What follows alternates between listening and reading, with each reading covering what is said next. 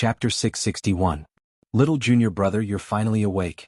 To force when learning, Wu Lingyu, who had been guarding the door, breathed a sigh of relief. Senior brother? Sima Yue was still in a daze. She rubbed her temples and asked in confusion when she heard the sounds in the room. How do you feel now? Wu Lingyu reached out to rub her brows and asked gently. Why are you here? I sensed that something had happened to you, so I rushed back. Wu Lingyu poked her forehead. Can you not work so hard? In order to save him, I almost sacrificed myself. What's wrong with me? Sima Yue was still confused and could not remember anything. In order to treat Shimen Feng, you injected your own divine sense into his body and guided him to refine the power within his body. However, due to the exhaustion of your divine sense, you were unconscious for half a month and even entered the primal chaos world. Your brother is blaming himself so much that he wants to commit suicide to atone for his sins, Wu Lingyu said reproachfully. I went to the chaos world? Sima Yue frowned. I heard that those who went there could never come back. How did I wake up? Humph, you also know that you won't wake up if you go there. The more Wu Lingyu looked at her, the angrier she became. I didn't know this would happen. You haven't told me how I woke up. Mo Shai used your contractual relationship to go in and bring you out. Wu Lingyu said, because going there would be too much damage to his soul, he went back directly after you woke up. Sima Yue opened her mouth slightly. After a while she said, that's really him? Of course it's him. If it wasn't for him, how could you have woken up? Wu Lingyu poked her again, almost poking a hole in her forehead. If a soul forcefully enters the primal chaos world, it will be greatly damaged, right? I wonder how Mo Shai is doing now. Sima Yue was a little worried about him. I won't die. Wu Lingyu said, he used the contract between the two of you to enter. Although he's very weak now, it's not enough to take his life. Sima Yue recalled that Mo Shai's expression was rather ugly when he was in the chaos world. The time he persisted was also rather short. It seemed that the chaos world had caused him quite a bit of damage. Where's Feng? I've been guarding you here for half a month. Before Mo Shai and I made our move, I was called out to rest. Wu Lingyu said, I think he'll be here soon. By the way, your senior brothers and sisters are here as well. What's the background of that kid? Sima Yue thought about it and her head started to hurt. Wu Lingyu quickly stopped her. All right. Don't think about it anymore. You just came out of the chaos world, don't you know that you can't use your brain? Aren't you the one who asked me? Sima Yue felt wronged. All right, I won't ask anymore. Wu Lingyu didn't know what to do with her. Your grandfather and the others are also very worried about you. Since you're awake, I'll go call them. Thank you, senior brother. She smiled faintly, but she didn't have much strength. Wu Lingyu ruffled her hair and turned to leave. Sima Yue laid on the bed. Her right hand touched the devil's snare bracelet on her left wrist. Her heart was filled with emotions. The chaos world was a realm that cultivators were more afraid of. It lurked in the depths of a person's brain. Once a person entered that place, if they didn't come back in time, that person would forever be in a state of suspended animation. It was impossible for people from the outside world to enter a person's chaos world. People like Mo Shai who could enter with a contract would lose 2 of their 3 souls. He could actually take the initiative to break the contract with her. Although the price was a bit high, there was still a chance, right? And the damage would definitely be less than entering the chaos world. If she really couldn't wake up, he could completely cancel the contract now. She didn't expect that he would risk dissipating to go to the chaos world to pull her back. She felt that Mo Shai's soul was very weak now. It wasn't much better than when she first met him. Thank you, Mo Shai, she said gratefully. Thinking about what she said in the chaos world, she was a little embarrassed. That was the real Mo Shai, but I hope you'll forget it when you wake up. Creak, the door was pushed open. The first to enter wasn't Shimen Feng, but Han Miao Shuang and Little Seven. Little junior brother, you're finally awake. If you didn't wake up, I would have cried to death. Han Miao Shuang pounced on the bed. Without you, I can't even eat well. I haven't eaten for a long time. Sima Yue didn't have the strength to dodge and was pounced on by her. You're squashing her. Little Seven walked over and lifted Han Miao Shuang up. Sima Yue looked at Little Seven gratefully. This little guy was still reliable. Why are you guys here? Little Seven said you didn't go back for a long time, so she wanted to look for you. Master was annoyed by her and asked me to bring her out. Han Miao Shuang said. You're really useless. You actually made yourself like this. Little Seven looked at Sima Yue with disdain. But you're amazing too. You can even come back after entering the chaos world. How did you know I entered the chaos world? She was slightly surprised. Master said so. He came, took a look at you and said you entered the chaos world. Han Miao Shuang said. Master came too? He took a look at you and left. He said you couldn't be saved. Han Miao Shuang didn't have any intention of snitching because Su Jin did say so. Sima Yue pursed her lips. The second master was too direct? Then master went back to the sect? No, he said he went to find that old guy to save you. I don't know where he went. Han Miao Shuang said. If I knew you used the Eye of Earth to make yourself like this, I wouldn't have given it to you. Little Seven said. Master probably regrets it too. Han Miao Shuang knew that Su Jin gave her the Eye of Earth, but she didn't know that it was given by Little Seven. When she heard Little Seven say that, she thought Little Seven was just complaining about Su Jin. Aren't I fine now? Sima Yue wanted to reach out and touch Little Seven, but she couldn't lift her hand. It wasn't so troublesome at first, but because something happened to Feng I had to save him. He's that important to you? You can even give up your life for him? Little Seven stared. I didn't expect to accidentally enter the chaos world this time. But if I knew this from the start, I wouldn't hesitate to do it. You don't cherish your life. I cherish it very much. I still have a lot of things to do. Naturally, I don't want to die early. Then why are you still doing this? Little Seven, sometimes, there are some unbearable burdens in a person's life. If the things you have to do are compared to the lives of your loved ones, it's not as important. Chapter 662. After Sima Yue said this, the two people in the room became silent. She could not bear the weight of life. To her, Shimin Feng was more important than her life. If she lost him, her life would become incomplete. Shimin Feng, who had just arrived at the courtyard, blinked a few times to force back his tears, then quickly walked inside. Wu Lingyu stood in place, still thinking about her words. Could it not bear the weight of life? When would he be able to bear the weight of her life force? Shimin Feng entered the room and seeing Sima Yue opened her eyes again, he affectionately called, "Sister." Feng, Sima Yue saw the guilt in his eyes and smiled at him, indicating that he should not take it to heart. Little Seven looked at Shimin Feng and then looked at Sima Yue. She curled her lips. Why was it sister? Wasn't she younger than him? Han Miao Shuang was confused as well, but she knew how to read the atmosphere. She knew that Sima Yue and Shimin Feng had something to talk about, so she dragged Little Seven out. Yue, have a good rest. We'll visit you again later. Han Miao Shuang didn't forget to close the door when she went out. How is Teacher Gu? Sima Yue wanted to break the silence between the two of them. Don't talk. Shimin Feng walked over. Teacher Gu is fine. You are the one who is in trouble. I told you not to talk. Shimin Feng interrupted her and continued, Teacher Gu said that your situation is very troublesome. Even if you wake up, you can't use your brain and speak less. It's best if you don't talk at all. Just listen to me. Sima Yue looked at Shimin Feng, who was so nervous and blaming himself. She nodded her head, indicating that she would listen to him.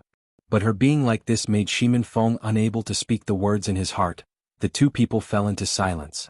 After a good while, Shimin Feng opened his mouth. In the future, if you encounter this kind of situation again, you are not allowed to use your life to exchange for mine. You are my younger brother, my only family in my previous life. Sima Yue said. Shimin Feng glared at her mouth. The latter pursed her lips. This time she really didn't say anything. I only have you as my family. Shimin Feng's eyes turned red again, but tears didn't fall. Sima Yue wanted to say something, but when she saw Shimin Feng staring at her, she swallowed her words. Elder sister, you've been protecting me since the beginning. This time, I even let you experience such a dangerous thing. In the future, it's my turn to protect you. Shimin Feng held her hand and said. Sima Yue nodded and smiled. She understood Shimin Feng's feelings, because she had experienced the feeling of watching him sacrifice his life for her. That kind of feeling was really unpleasant. Shimin Feng didn't talk to her for long before leaving, because he saw her weak appearance and wanted her to have a good rest and recuperate. After that, Sima Lai and the others came to see her, but they all asked her not to speak. They also left after a while and told her to have a good rest. The next day Gulang came as well. He first checked Sima Yue's body. How do you feel now? Gulang asked. Sometimes I feel a headache and I don't have much strength. Everything else is fine. Sima Yue replied. It's already good that you can come back. You're only feeling a little uncomfortable now. You're already considered lucky. Gulang snorted. Hee, I didn't know it would be like this at that time. Sima Yue smiled.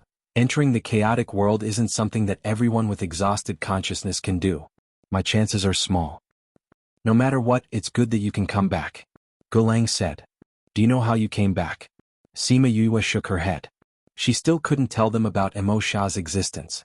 These people had a deep hatred towards the Devil Clan. If they knew and wanted to kill him, it would be difficult for her. After all, not everyone liked and worshipped Emo Sha like Old Man Devil. It's normal that you don't know. Gulang said, the other people who entered the chaotic world didn't wake up. You're an exception. Don't do this next time. These old bones of mine can't take the shock. Sima Yue nodded obediently. I've already sent a message to Old Su. He should be back soon. Gulang said, all right, I should go back. I promised to discuss the illness with that group of brats. When I'm better, I'll definitely go with Feng to thank them. Sima Yue said. Then you should get better soon. Gulang really didn't like to see her like this. He left after saying that. Sima Yue watched him leave. After thinking for a while, she took out 2 drops of soul fluid and drank it. Fortunately, she had this. She was able to recover to her current state in a day's time. Wu Lingyu stayed for 2 days after she woke up. Even in these 2 days, he would occasionally leave the courtyard as if someone was looking for him. Little Seven was a little afraid of Wu Lingyu. As long as Wu Lingyu was around, she definitely wouldn't come. Now that Wu Lingyu was gone, she stuck to Sima Yue all day. If she wasn't lying on her bed, she would be playing by herself in the house. In the end, even Han Miao Shuang was jealous. This guy, other than asking me to refine pills for him, he doesn't care about me at all. Han Miao Shuang snorted. She took an orange and peeled it. She broke off a piece and fed it to her while complaining. Little Seven, who was lying inside, saw this and opened her mouth to let Han Miao Shuang feed her. Han Miao Shuang had been with Little Seven for these few days and had developed feelings for her. Although she was complaining, she didn't stop what she was doing. She broke off a piece and fed it to her. Little junior brother, how long are you going to rest for? Han Miao Shuang ate a piece. What's wrong? Xiao Xiao and the others are asking. Han Miao Shuang said, those 2 guys, one complained that he couldn't sleep whenever he wanted after coming out. The other complained that it was too dirty outside and didn't want to come out. But he was worried about your condition, so he could only ask me. Those 2 guys, seriously, they didn't even come to see me. Sima Yue pouted. They came, but you weren't awake at that time. Now that they know that you're awake and fine, they didn't come. But every time I go back, they would still ask me about your condition. Han Miao Shuang said. Smelly, it's best that they don't come. Little Seven flipped over on the bed and said. Little Seven, you. Sima Yue wanted to teach her not to despise her seniors. But before she could finish, Little Seven cried out and jumped off the bed. What's wrong with you? Han Miao Shuang pulled Little Seven. That guy came back. Little Seven said. She broke free from Han Miao Shuang's hand and ran out. Just when Sima Yue and Han Miao Shuang were confused, Little Seven's scream came from outside. There was also an old man's scolding and Su Jin's laughter.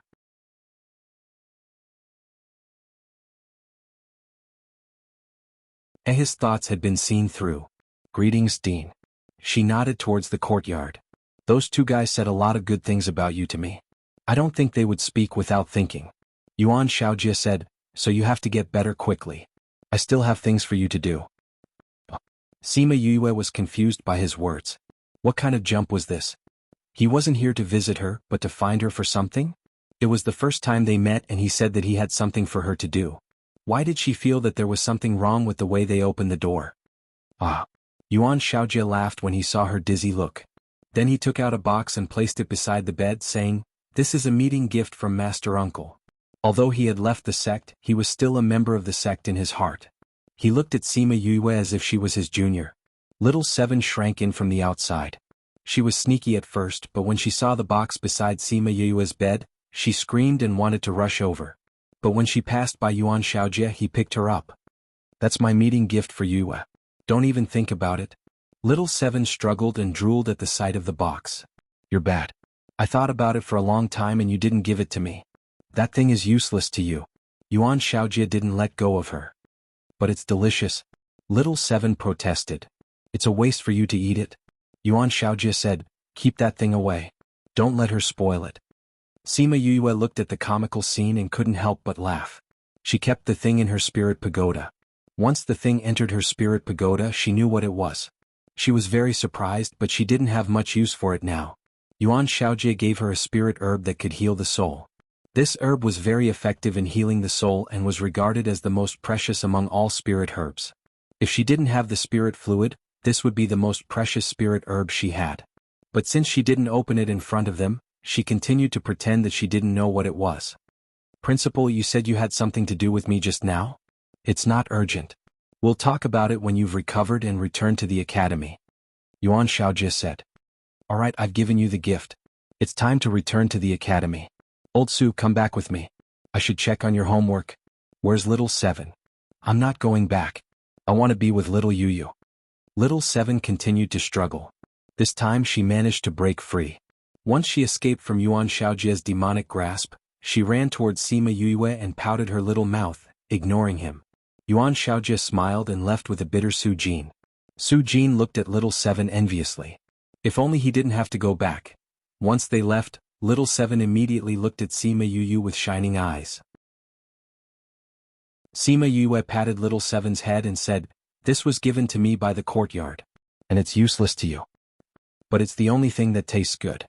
Little Seven said, "Master, this spirit herb still has its roots in soil. It can be planted." Little Spirit suddenly transmitted to her. "Then plant it," Sima Yue instructed. Then she said to Little Seven, "I can give you a little, but I can't let you eat it all." Okay. Little Seven smiled and nodded. Sima Yue took out the box and opened it. She saw a little herb with a few stems and leaves lying inside. She thought for a while and plucked all the stems and leaves. Only the stems and roots were left. Then she gave the stems and leaves to Little Seven. You're the best." Little Seven took the spirit herb and kissed her on the face. Then she ran out quickly. Han Miao Shuang saw that Sima Yue gave most of it to Little Seven and said reproachfully, "Even if you like her, you have to give it to her. Don't always spoil her." "She likes it." Sima Yue smiled. She didn't mind. She kept the spirit herb and put it back. Little Spirit took it and planted it. The roots of the spirit herb were well preserved. It could grow stems and leaves after planting. That was why she could be so generous and give it to Little Seven to play with. But Han Miao Shuang didn't know. Seeing her like this, she shook her head helplessly. Chapter 664. Sima Yue had been recuperating for a few days. With the help of the soul fluid, she had recovered quite a bit. She no longer needed to be pinned down by them. She couldn't figure it out. Her soul was clearly injured, so why didn't they allow her to use the lullaby and force her to stay inside? Thinking about how she had been lying on the bed for so long, she roared in her heart more than once. This is not scientific. After a week she could finally lie down. She felt that if she continued lying down she would really become moldy. Today, with Shimin Feng's support, she finally stepped out of the room and walked into the courtyard. The air outside is still fresh. She took a deep breath and felt much more satisfied. "You said that we wouldn't let you out, but look at you, you're already panting after taking a few steps. I told you to lie down for 2 more days, but you didn't listen." Shimin Feng said discontentedly. "Feng, if I continue to lie down I will grow hair, do you know?" Sima Yue laid down on the chaise lounge in the courtyard, and Shimin Feng sat down beside her. "Can humans grow hair? You are not a monster." Shimin Feng helplessly covered Sima Yue with a blanket. Because her soul was injured, she was especially afraid of the cold, so Shimin Feng specially prepared a blanket for her. "Oh right, I haven't seen Xiangyi recently?" Sima Yue asked. Shimin Feng's hand slightly paused and said in a deep voice, "She had something to do and left." "Is it because you were ambushed last time?" Sima Yue narrowed her eyes and asked casually. Shimin Feng was silent for a while but still answered honestly, "Yes." "Looks like you know who did it?" "Yes." "Well, now that we know who did it, let's get back at them." Sima Yue curled up in the blanket. "We are not people who can be bullied. If you provoke them, I'll let Little Rock lead the bird clan to crush them. I guarantee that there will be feathers all over the ground." Shimin Feng speechlessly glared at her. "You're still hiding here. That's why we shouldn't let them off so easily." Sima Yue thought about how she almost lost her brother and Feng, or almost lost her. She was furious and wanted to kill those people herself. "Don't worry, I won't spare those people." Shimin Feng gnashed his teeth and said, "Feng, have you ever thought of building your own force?" Sima Yue suddenly asked. "Build a force of my own?" "That's right. Although you were rescued from the Kong Valley, You didn't join the Kong Valley. You can't be considered a proper member of the Kong Valley. Sima Yue said, besides we have to deal with more than one or two enemies. We can't defeat them alone. That's right. Whether it's the Zhongzheng clan or the Yin Yang Palace, or even the Sage Pavilion behind them, which one of them isn't powerful? Cough cough. Sima Yue coughed a few times and waited for her to calm down before continuing. Although I have Little Rock and am also the Junior Valley Master of the Divine Devil Valley, we can't involve them in our personal vengeance. The Bird Clan and the Divine Devil Valley have no obligation to help us take revenge. So the best way is to build our own force. Actually, I've thought of this as well. But it's too difficult to build a force. First of all, we don't have enough resources. So it's just an idea. Shimin Feng said. If we want to build a force, it's not something that can be done in a day. But it's not like we don't have a way. Sima Yue said, a force needs alchemists, armament masters, array masters and beast tamers the most. Other than armament masters, I can take a look at the rest. With the Spirit Pagoda, these aren't a problem. As for armament masters, since I'm free now, I'll study it when I have time. Fatty said that it's not difficult. Then have you ever thought of letting them join in? Shimin Feng asked. Sima Yue shook her head. I want to use this force for revenge. If they join in, I'm afraid that they'll get into trouble. I won't ask them to join, but I won't hide it from them either. Actually, it's better if they join us. That way we won't be lacking in these occupation masters. Shimin Feng said. Although I think so too, but... Sai, let's ask them for their opinion. Sima Yue said. Other than occupation masters, we don't have anything else. Shimin Feng said, especially the most important resource for a sect, the Ormine. We don't even have it. Now that all the Ormines have been taken over by various sects, it's easier said than done to find another Ormine. Sima Yue wasn't anxious and said, have you forgotten that I have another identity? Seeker Spirit Master? That's right. She said confidently, so what if all the Ormines have been taken over? We'll just find an Ormine that no one has discovered yet. Seeing that Shimin Feng was stunned and obviously didn't believe her, she took out a book and flipped to the first page for him to see. Souls Seeking the Source. Shimin Feng saw the title of the book and exclaimed softly. With this, why can't your sister become a Seeker Spirit Master? Hey kid, don't look down on your sister, understand? She kept the book and reached out to poke his forehead. Moreover, even if I can't do it, we can find third MO. What's there to worry about? But we can't find in or mine in such a short time. Shimin Feng said, even if you can find it in the future, there must be people who are willing to join our force. But this is a newly established force. How can we let others join us?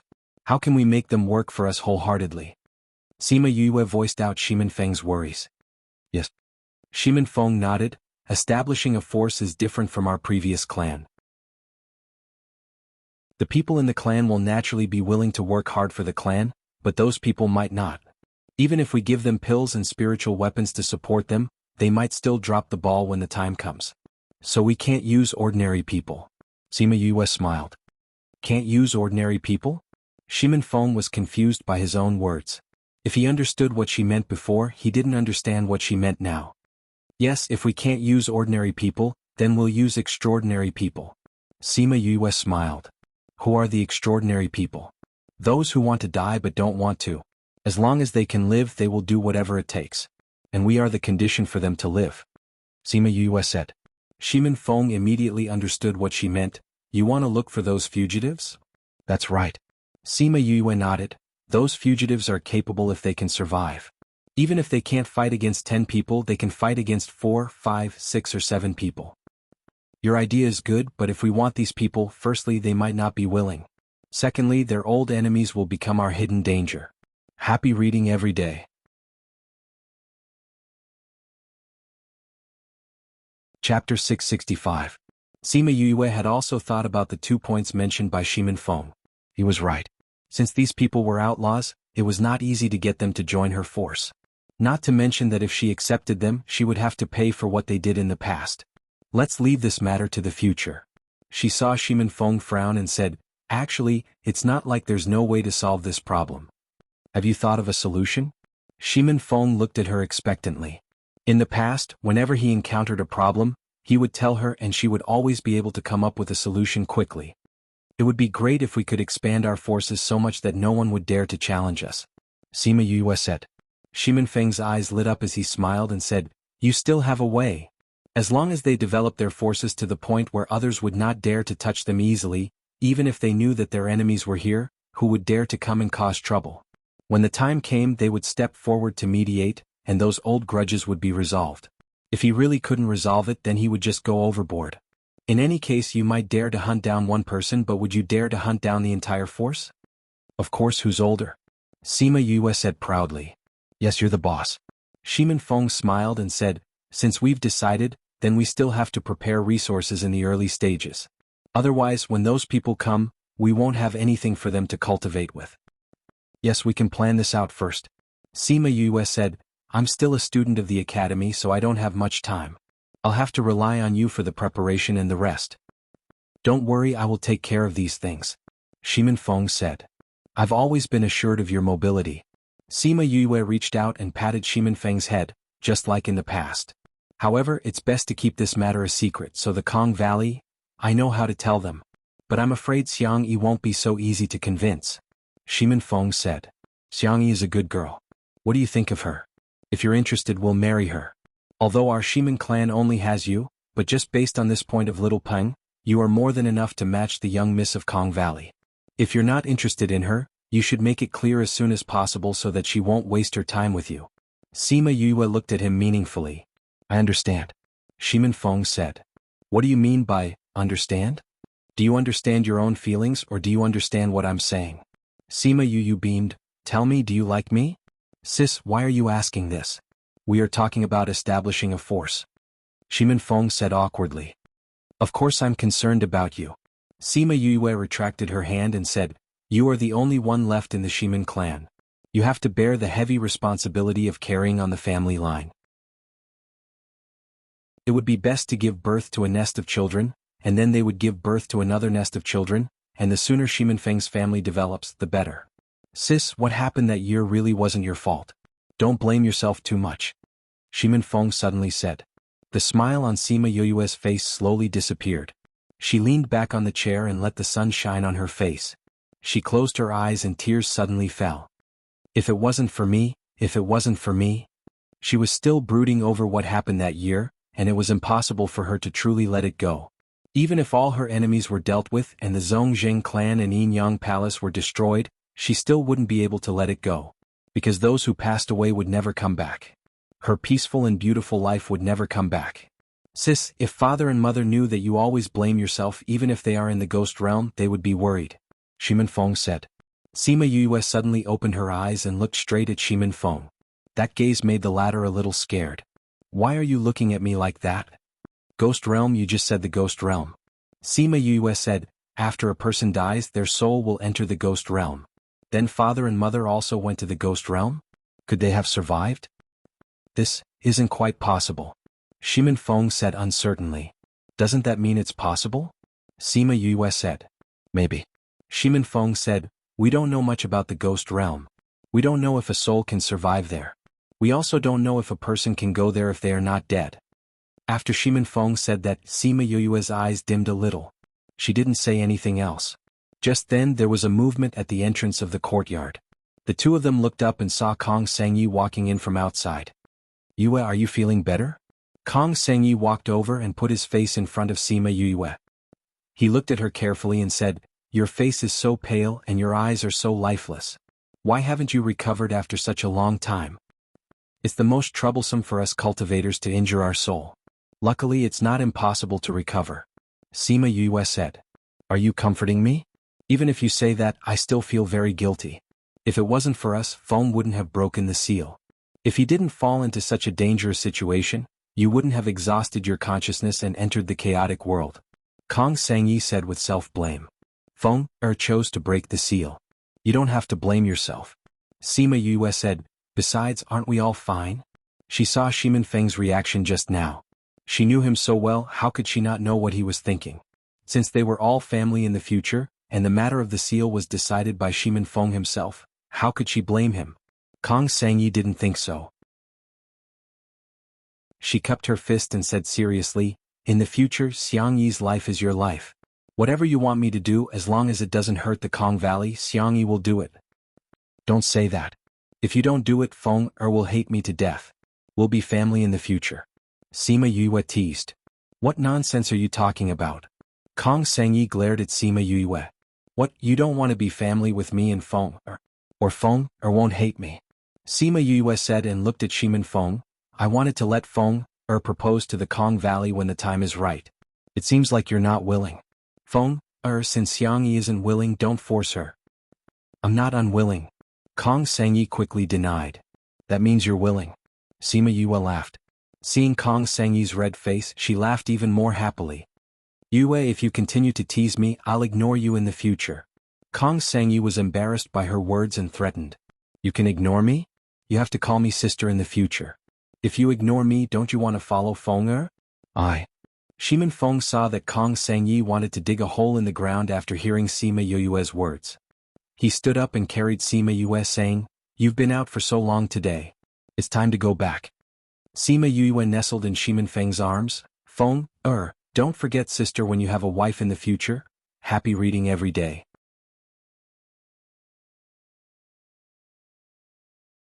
Chapter 666. Kong Sangyi blushed when he heard Sima Yue's words. She didn't expect that Shimin Feng would help her out. Thinking of what Sima Yue said, she felt that she didn't know how to face him. She thought to herself that she should leave first, but she had something to ask of him, so she could only wait in the courtyard with a red face. Shimin Feng carried Sima Yue to the bed and covered her with a blanket. I know that Xiangyi is looking for you. Go ahead. Sima Yue said to Shimin Feng after lying down. Teasing was just teasing. Kong Xiangyi, who had left for so long to investigate that matter, must have brought back some news that she needed to discuss with Shimin Feng. Shimin Feng had also guessed it. He tucked her in and warned, lie down properly. If you want to go out, I'll take you out to get some sun tomorrow. Okay, Sima Yue replied. Shimin Feng went out, and when he opened the door, he heard her say, if you want to go out, take little Pring with you. All right. Shimin Feng knew that if he wanted to bring Little Rock along, there would definitely be a bunch of old birds following him, or he might even be able to find some local bird clan to accompany him. She was worried about him. She had guessed that the person who had injured them back then was quite powerful. She knew that they were going to take revenge. Even if they couldn't completely eradicate the other party, they would at least make a big move that would make the other party spit out a mouthful of blood. Little Ping didn't need to personally go to the battlefield, but the same couldn't be said for the people around him to protect their master. Especially Sima Yue's accident this time, it was all because she forced Shimin Feng to remove the seal. Therefore Little Peng and the others also wanted to avenge Sima Yue. Sima Yue understood what Little Peng and the others were thinking. That was why she said those words. She thought of the worried look in Shimin Feng's eyes before he left and sighed faintly. Alas, it's really troublesome to injure the soul and divine sense.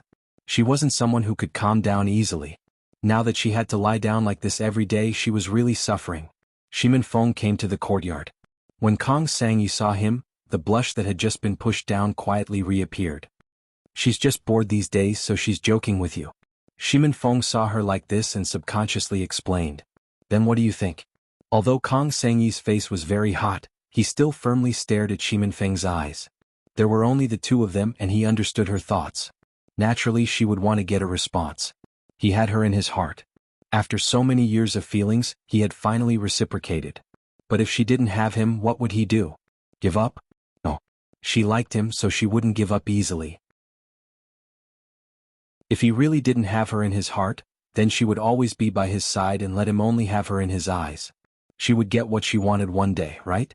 Although she had already mentally prepared herself, her heart still couldn't help but speed up. Would he answer her? Or avoid it like before? Unexpectedly, Shimin Feng stretched out his hand and gently tucked her hair that was blown up by the wind behind her ear. Then he said, my current status is naturally not worthy of you. Kong Sangyi's heart that was originally jumping because of his action, suddenly fell to the bottom. It was still the same answer, but he had just tucked her hair, which was an improvement compared to before. She still wanted to encourage herself in her heart, but Shimin Feng's voice sounded again. Shimin Feng took back his hand and said, if I want to be with you, naturally I have to have a status that is worthy of you. But this may take a long time. Are you willing to wait? Her heart that had just sunk to the bottom suddenly floated up. Looking at Shimin Feng's serious expression, she suddenly cried tears of joy. She hugged him and cried out in surprise, I'm willing to wait for you. No matter how long it takes, I'll wait for you. Feng, I'm so happy. I'm really so happy. I thought that you didn't have me in your heart. What should I do? I'm so happy that I'm about to die. Kong Sengyi was used to being arrogant and despotic in front of outsiders. Kong Sengyi was used to seeing him as the master by his side. Seeing this excited little woman who didn't know what to do, his usually cold face couldn't help but soften a lot. Cough cough. Jingwen, who came in from outside, saw the two people in the courtyard and coughed twice. Kong Sengyi immediately let go of Shimin Feng. She wanted to stick to Shimin Feng, but she knew that he didn't like to be like this in front of others. You two are here whispering sweet nothings to each other. Have you said anything serious? Jingwen walked over and casually asked. Seeing that the two of them were somewhat unnatural, he knew that they definitely didn't say anything. He knew it. Jingwen, you're here? Sima Yue's voice came from the house. She still had that kind of weak appearance. Since you're back, why don't you come in and chat with me? Sure. Jingwen excitedly walked into the house. After taking a few steps, he didn't forget to turn back and say to the two of them, since you two want to be ching-ching, I'll say something serious first. You already know that they want to whisper sweet nothings to each other. Hurry up and come in. Sima Yue shouted from inside the house. Aren't I here now? Jingwen pushed open the door and went in. He didn't close the door. Although he wasn't here often these days, his relationship with Sima Yue had improved a lot. When that **** came back from the academy, she didn't know who Jingwen was. But seeing him take Shimin Feng's pulse, she guessed that he should be a doctor. Later on, when she asked him to help her, it was indeed confirmed. Later on, when she woke up, she found out that he was the one. Kong Sengyi said that the heart protection pill was effective for Feng. And the heart protection pill was made by him personally. So he was also an alchemist. At first, she thought that Jingwen was from the Kong Valley. Later on, she found out that he was just a friend of Shimin Feng and Kong Sengyi, the kind that had a good relationship. Since he was her brother's good friend, she also treated him as a friend. So when she woke up and Jingwen came to see her, she would talk about medicine or alchemy with him. Jingwen originally admired her a lot, but after interacting with her a few times, he admired her even more. Because he didn't know that Sima Yue was a girl, he often went to chat with her. And Shimin Feng couldn't say it out loud, so he told him not to close the door every time he went into the house. Jingwen felt that his request was a bit strange, but he still agreed. Now that he heard Sima Yue call him in for a chat, he naturally ran over. After being teased again, Kong Sengyi was really embarrassed. Shimin Feng looked at Sima Yue's door and said lightly, "Let's talk outside." When it came to serious matters, Kong Sengyi changed into her usual self, nodded and followed him out. They left Sima Yue's courtyard and came to a place where there was no one. Shimin Feng then asked, "What did you find out this time?"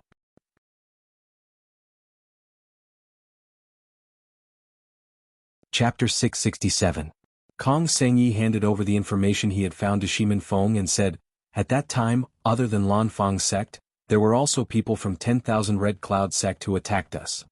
How did these two sects get together?" Shimin Feng looked at the information in his hands and was a little surprised. "Are you surprised?" Kong Sengyi said, "On the surface, the Thousand Cloud sect seems to be on good terms with our Kong Valley. Who would have thought that they would have such intentions towards us behind our backs? I think they're working together because of the ore vein we found last time. And I didn't think that the matter of the mine would be leaked out. I'm afraid that the Kong Valley will have more trouble in the future."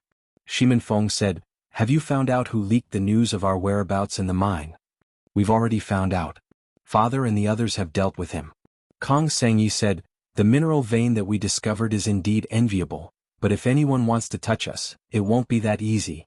This time we lost because we weren't prepared. We even put you and Yue in danger. Now that we're prepared, it won't be so easy for them to succeed." "Aside from this, what else did you come here for today?" Shimin Feng asked. "Yes." Kong Sengyi said, "We found out that the young lord of the Lanfang sect will be leaving the sect today. Are you interested in eliminating him? Was he also one of the people who surrounded us? Lanfang sect is led by him. When are we leaving?" "Now." "What's the rush? We are going to set up an ambush in advance. The people from Lanfang sect are about to set off." "Alright, give me a moment." Shimin Feng wanted to look for Little Rock, but Sima Yue had instructed him to bring him along if he wanted to leave. But before he could take 2 steps, he saw Little Rock leading a group of people over. "You said that you will definitely leave. We will go with you," Little Rock said. Shimin Feng was surprised to see the people beside Little Rock. Weren't they in the Spirit Pagoda? How did they come out? Could it be that the Spirit Pagoda was exposed in front of Jingwen? Jingwen only stayed in the house for a while before he was chased away by Yu. Little Peng explained. Alright, follow me. Let's go. Kong Sengyi took out a temporary formation and activated it on the ground. Then he led the group out of Tianfu City. Sima Yue couldn't feel the movements outside, but she guessed that Shimin Feng and the others had already left. Lying on the bed, she thought about what Jingwen had just told her. He said, Yue, hurry up and get better. This way we can go to the alchemist conference in Fengli City together. She did not have much interest in this alchemy conference, but the words that he said after that made her a little interested. It's just an alchemy assembly. What are you so excited about? Of course I'm excited. This time, the Fengli City's alchemist assembly will hold a competition. I heard that many alchemy geniuses will participate. Jingwen was very excited when he said this. I don't know those people, so I'm not interested. Sima Yue yawned. I heard that many alchemists from the inner regions are also coming. Jingwen said. Why are you so excited about the inner circle coming? Don't tell me they aren't people with one nose and two ears? This is something you don't understand. Jingwen said mysteriously, the inner circle's alchemy techniques are different from ours. If we participate, we can watch them refine pills. Sima Yue thought that he was excited about something. She didn't think that he was just curious about alchemy techniques. It's a pity that even if you see it a few times, as long as no one teaches you the principles, you won't be able to learn it. You just say, oh, and that's it? Jingwen was very dissatisfied with Sima Yue's reaction. If it was before, I might have gone to join in the fun. But now, I feel that the most important thing for me is to increase my strength. Sima Yue said. You can slowly increase your strength, but this alchemist assembly doesn't happen every day. Especially on such a large scale. It might not even happen once in a few decades. Oh, I'm still young. I can wait until the next time. Sima Yue said, besides, I'm now a student of the academy. I can't go just because I want to. The Heavenly Sect also wants to participate. Jingwen said. Sima Yue was a little interested. She looked up at him and said, you know a lot. Of course. Jingwen said proudly, not only do I know that the Heavenly Sect will be going this time, I also know that they have participated before and lost. But they seem to place a lot of importance on this assembly. I think they have something against someone. Sima Yue pondered in her heart. Could this be what Yuan Shaojie wanted her to do? Let her participate and then come back with a ranking. The more she thought about it, the more she felt that it was possible. But it might not be so, so she didn't show it on her face. Then when will the assembly be held? There's still a year. Jingwen said, so if you want to participate, you have to get better within a year. As alchemists, our consciousness is the most important. But it's the most troublesome to recover from an injury to the consciousness. It also takes a long time. Your injury is so serious. If you want to fully recover, I'm afraid it will take you a year and a half. This can't be rushed. Sima Yue said now. But you're right. You're still so young. Even if you participate next time, your age should still be within the range. Jingwen comforted her. There's an age limit? Of course there is. This is the industry's rule. The people who participate in the alchemy assembly may be of all ages. But the people who participate in the competition are only under 200 years old. Jingwen said, my age this time is just right. If I wait for the next time, I will be over the age limit. Sima Yue looked at Jingwen up and down. Then she faintly spat out a sentence. So you're not talking about old monsters? Old monsters? Did he look that old? Sima Yue laid on the bed and thought about whether or not this was what Yuan Shaojie was talking about. But she couldn't think of an answer. She was too lazy to think about it. Little Seven ran in from outside and she played with her for a while. Little Seven, you seem to be very afraid of Principal Yuan? When Little Seven heard Yue mention Yuan Shaojie, she pouted and said, I can't beat him. He always locks me in a black room. I don't like black rooms. He also doesn't allow me to leave the academy. Until now, a part of her body was still in that black room. But she didn't plan to say this out loud. She didn't want Yue to think that she was a monster. Locked in a black room? Could it be that this principal also abused children? This shouldn't be. Master and martial uncle didn't say that he had such a hobby. Then was he protecting Little Seven? Could it be that Little Seven was in danger outside? Although she didn't know what Little Seven was, but since Principal Yuan didn't allow her to leave the academy, it should be very dangerous outside. But why did he allow little Seven to follow her outside?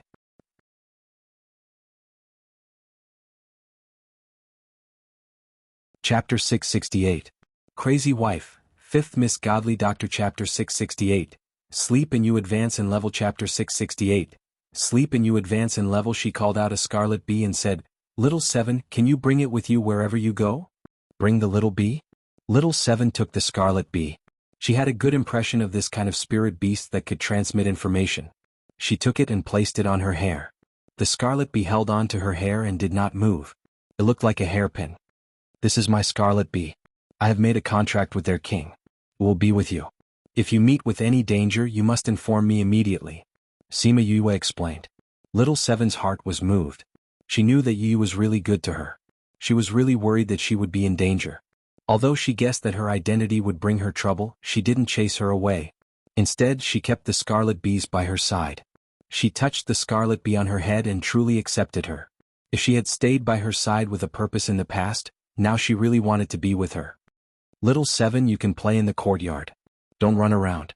I'm a little tired, I'll sleep for a while." Sima Yue felt tired and quickly fell asleep. Little Seven knew that Sima Yue slept more after she was injured because she would feel tired after waking up for a while. She thought for a while and got down from the bed. She stood beside the bed and bit her finger. She dripped her blood into Sima Yue's mouth. 1 drop, 2 drops, 3 drops. She dripped 9 drops until Yue could not take it anymore. Only then did she retract her hand. Yu, who was sleeping, felt as if she was trapped in a cocoon and couldn't move. Suddenly, she felt as if she had drunk a sweet fruit juice. It tasted so good that she even smacked her lips twice.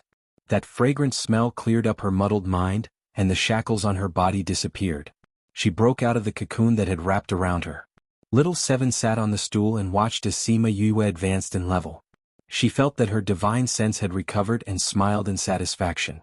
Although Sima Yue was in a deep sleep, the sound of her advancement woke her up. She quickly sat up and crossed her legs. She entered a state of cultivation and successfully advanced in level. She opened her eyes and saw Little Seven sitting on the stool opposite her and smiling at her. She was confused by the situation in front of her. "I advanced in level?" Little Seven nodded. "You're not dreaming?" Little Seven shook her head. "How did I advance in level?" "I don't know, you advanced in your sleep," Little Seven said. "Did he just advance while sleeping?" Sima Yue was speechless at this statement. Was there anyone who could advance in rank while sleeping? The answer was no. "My divine sense is much better." She found that her spiritual sense had improved a lot.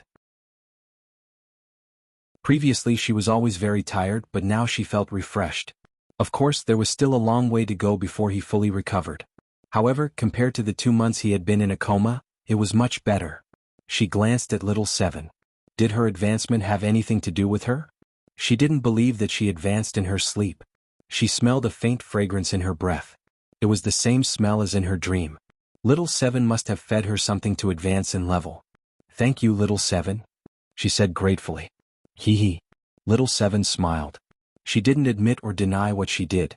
She knew that Yue wouldn't ask her if she didn't say anything. It wasn't that she didn't want to tell Yue her identity. She felt that if Yue knew, Yue wouldn't treat her like this. She would either be careful or have other intentions. She liked the way things were now. Sima Yue didn't continue asking. She felt her own strength and felt that she had advanced too quickly. She stayed in the 9-star ocean for less than a year. With the help of her godfather, she advanced from a high-level divine king to a high-level divine overlord. Now, only 3 months had passed and she had broken through divine overlord and entered divine emperor. This speed was faster than a rocket. Although she had advanced by a large level, her beasts hadn't. They had just advanced and needed more power. One advancement wasn't enough for them to advance again. But they still gained a lot of power.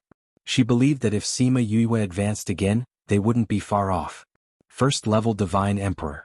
She really wanted to go to the spirit pagoda to test the power of a divine emperor. But with Little Seven here, she could only think about it. Sima Lai and the others felt the energy waves and rushed to her courtyard.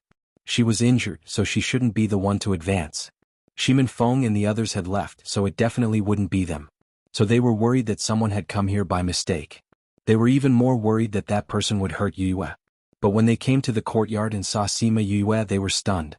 That aura that hadn't stabilized, wasn't it a high-level divine emperor? She advanced to divine emperor? Yue, were you the one who advanced? Yinlan asked uncertainly. Yes. Sima Yue smiled. You. How did you advance? Weren't you injured? Sima Yue thought about it and said, I don't know. I just fell asleep and advanced. Everyone was stunned. She could advance while sleeping? Haha, no matter how you advanced, it's good as long as you advanced. Sima Lai laughed. Has your divine sense recovered? Not completely, but it's no big deal. Sima Yue said with a smile, there's still some left. I just need to recuperate. They all knew that she had spirit fluid. Recuperating was to nourish her. Good. Good. It's good as long as you're fine. Sima Lai was very happy. Sima Yue's previous appearance really made his heart ache. She looked very weak and listless. It was better to be like this now. Yin Lan, Sang Muyu and Bei Gonghang were also happy for her after their initial shock. Sima Lai was right. No matter how she advanced, as long as it wasn't an unorthodox method, it was good. You look better now. Yue, you have to be more careful next time. Don't do such dangerous things again. Yin Lan looked at Sima Yue as if she was her own daughter. She was injured and unconscious and her heart ached. I will be careful next time, Sima Yue said. She would be careful next time, and not overdraw her divine sense so much before entering the chaotic world. Originally, when her divine sense was exhausted, she would be fine after resting for a month or so. But because she entered the chaotic world, she couldn't recover in a year or so. She glanced at the sky and felt that there were some fluctuations in the air. Her divine sense hadn't fully recovered, but it was still stronger than normal people. She could still feel the fluctuations even though they were so close. The space tunnel opened and a group of people walked out. When they saw Sima Yue in the courtyard, they rushed over. Red, please remember our address. Download, please go to.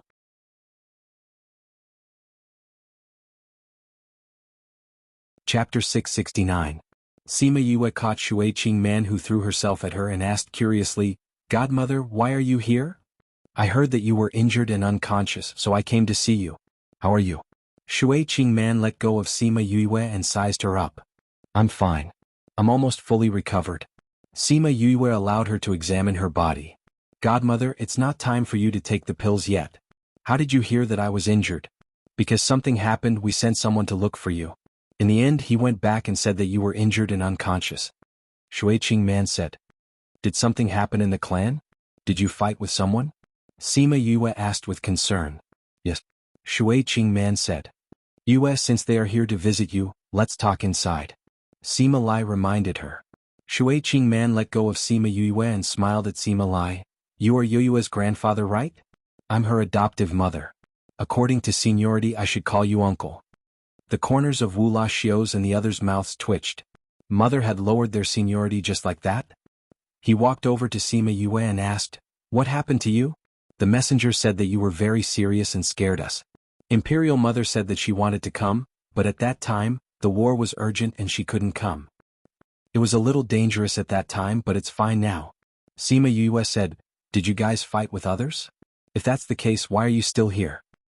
With father, big brother and second brother around, it'll be fine. Furthermore, we are currently stuck in a stalemate. It doesn't matter if we come out for a while, Ural said. Big brother and the others said that if it weren't for the war, they would have come to see you. Wu La Xiu said. Let's go inside and talk. Sima Yue held Shui Qing Man's arm and brought them into her house. She introduced them to each other. Child, tell me what happened to you at that time. Who injured you? Let your brothers take revenge for you. Shui Qing Man patted Sima Yue's hand and asked. Godmother, no one hurt me. I was careless and entered the chaotic world. Sima Yue said embarrassedly. How did you enter the chaos world? Don't try to fool us. Tell us everything. How should I put it? When I made a deal with Big Brother, I exchanged the Black Sea Cucumber to save my brother. You all know about this. Sima Yue said. I heard from your big brother. Shui Qing Man said, Is this related to your injury this time? Originally, it had nothing to do with me. Sima Yue continued, Feng accidentally entered a place and a strange force entered his body. Later on, I sealed it. In the past, I collected medicinal herbs in order to destroy the power in his body. Since it's sealed, it shouldn't be difficult to deal with it. Why would it put you in danger? It wasn't dangerous at first. Sima Yue said, but someone surrounded and attacked them. At that time, the situation was urgent. He broke the seal and released that force. The situation became very urgent. When I was saving him, I used up all my divine sense. That's why I accidentally entered the chaotic world. You're really something. Even if you want to save someone, you should know your limits. How could you put yourself in danger? Shui Qingman said. That accusing gaze made Yue admit defeat. Yes. I'll take note next time. It's all because of those people who surrounded and attacked Feng.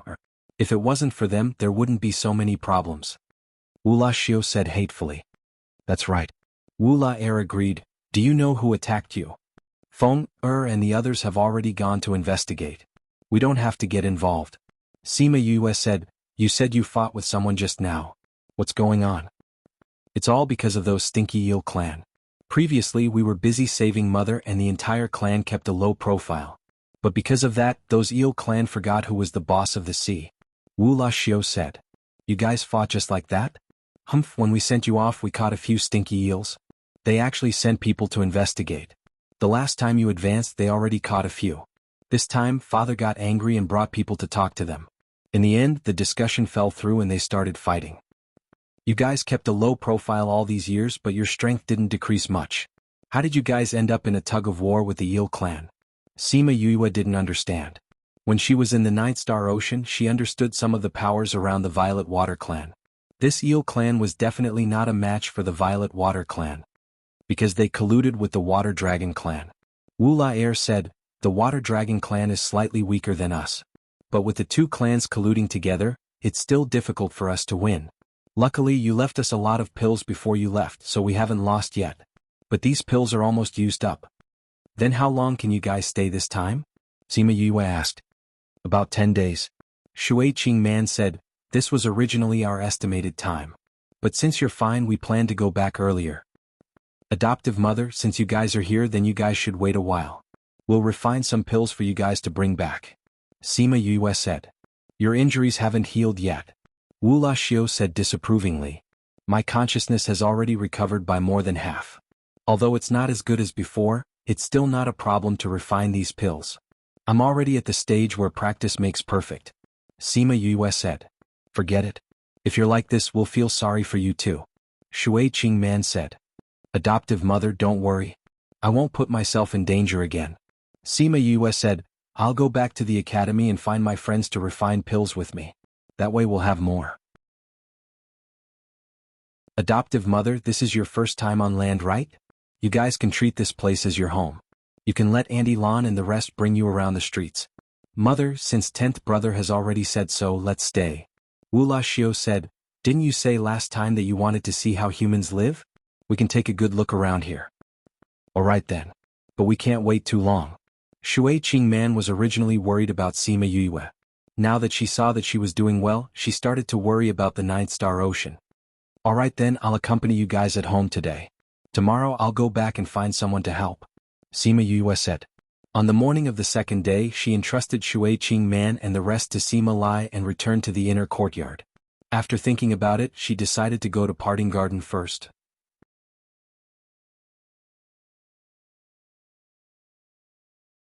Chapter 670.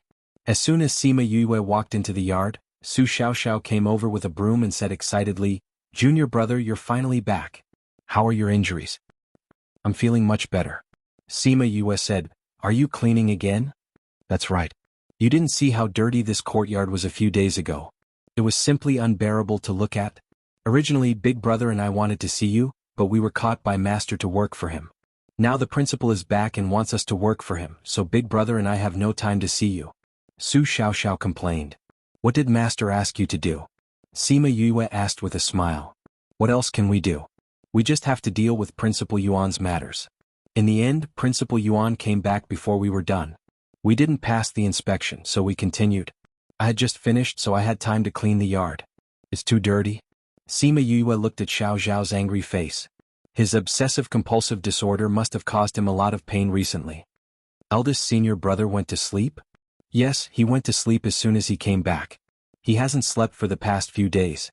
He'll probably sleep until the sky turns dark, Su Xiao said. Little junior brother, wait in the courtyard first. I'll tidy up the house for you before you go in. Don't bother. Senior brother, is senior sister here? She should be there. Su Xiaoxing was about to shout towards Han Miao Shuang's house when he was stopped by Sima Yue. Senior brother, don't shout. I'll go find her myself. She covered his mouth and said, all right then. Go ahead. I'll continue to clean up the yard. Su Xiaoxiao left with the broom. Sima Yue went to Han Miao Shuang's house. This guy had been dragged back to work for the past few days and was now sleeping soundly in the house. Sima Yu knocked, but Han Miao Shuang ignored her. After some thought, she took out a roasted chicken drumstick and ate it. The person sleeping inside sniffed and immediately opened his eyes. He ran over and opened the door.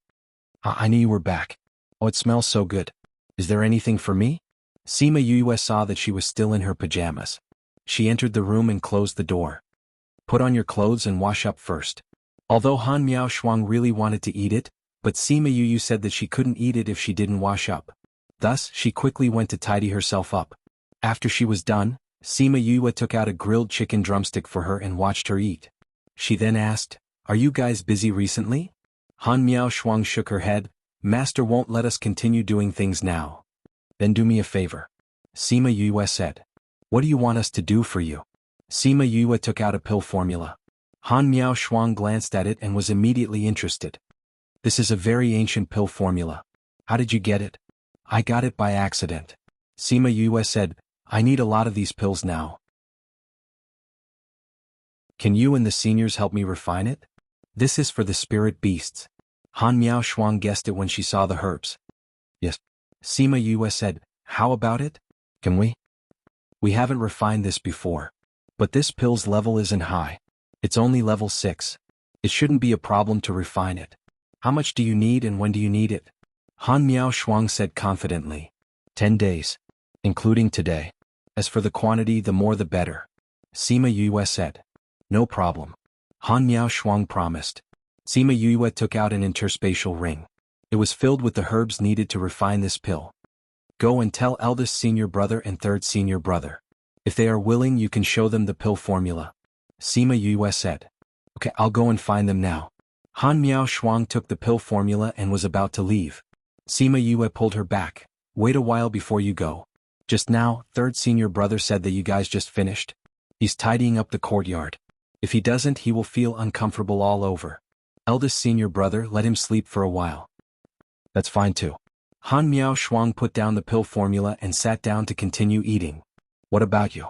I'm going to find my friends. They know how to refine it too. I'll go with them. Sima Yue said. Okay, I'll leave it to you. I'll come back in 10 days. Sima Yue left the parting garden and went to find Bei Gong Tang and Ouyang Fei. In the end, both of them weren't there. She could only take out the mother stone to contact them. The two of them came back quickly. Yue, you're back. I heard that you were injured. Are you okay now? I'm fine. Sima Yue said, I'm looking for you guys. Bei Gong Tang and Ouyang Fei looked at each other. They didn't know why Sima Yue was looking for them. I've already set up a spirit barrier. Come in with me. Yue brought the two of them into the spirit pagoda after she finished speaking. 10 days later, Sima Yue took a ring full of pills and went out. She went to the array to leave the inner courtyard.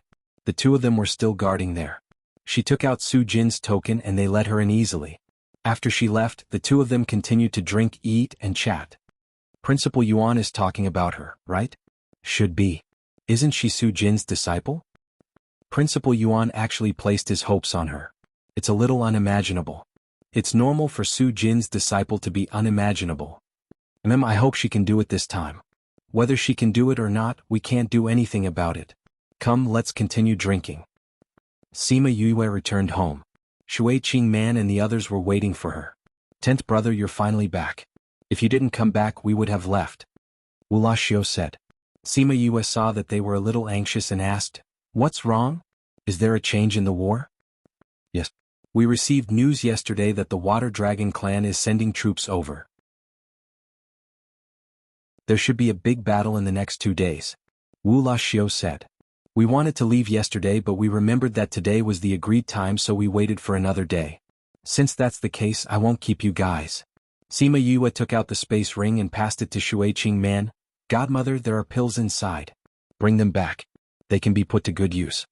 Shui Qingman used her divine sense to scan and saw thousands of bottles of pills. She asked curiously, these were all refined by you guys in the past few days?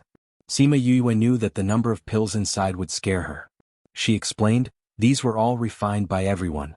You know there are many alchemists in the inner courtyard. Thank you, child. Shui Qing Man hugged her and opened the space tunnel to leave. Wu La Air and the others also said goodbye to Sima Yue and followed her in. Shui Qing Man was very nervous when she received the news. Now that she was back, she was very confident. She believed that with so many pills they would be able to get through this crisis.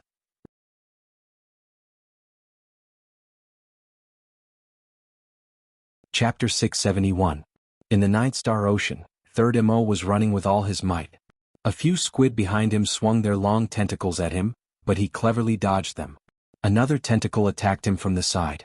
He dodged but was caught by another tentacle. Let's see how you're going to escape now. That squid grabbed Third Mo and waved its tentacles in the water. Open! Third Mo shouted. A long sword appeared out of nowhere and pierced towards the tentacle. The long sword was incomparably sharp and directly chopped off the tentacle. Third Mo's body trembled as he struggled free from the tentacle and caught the long sword. Ah!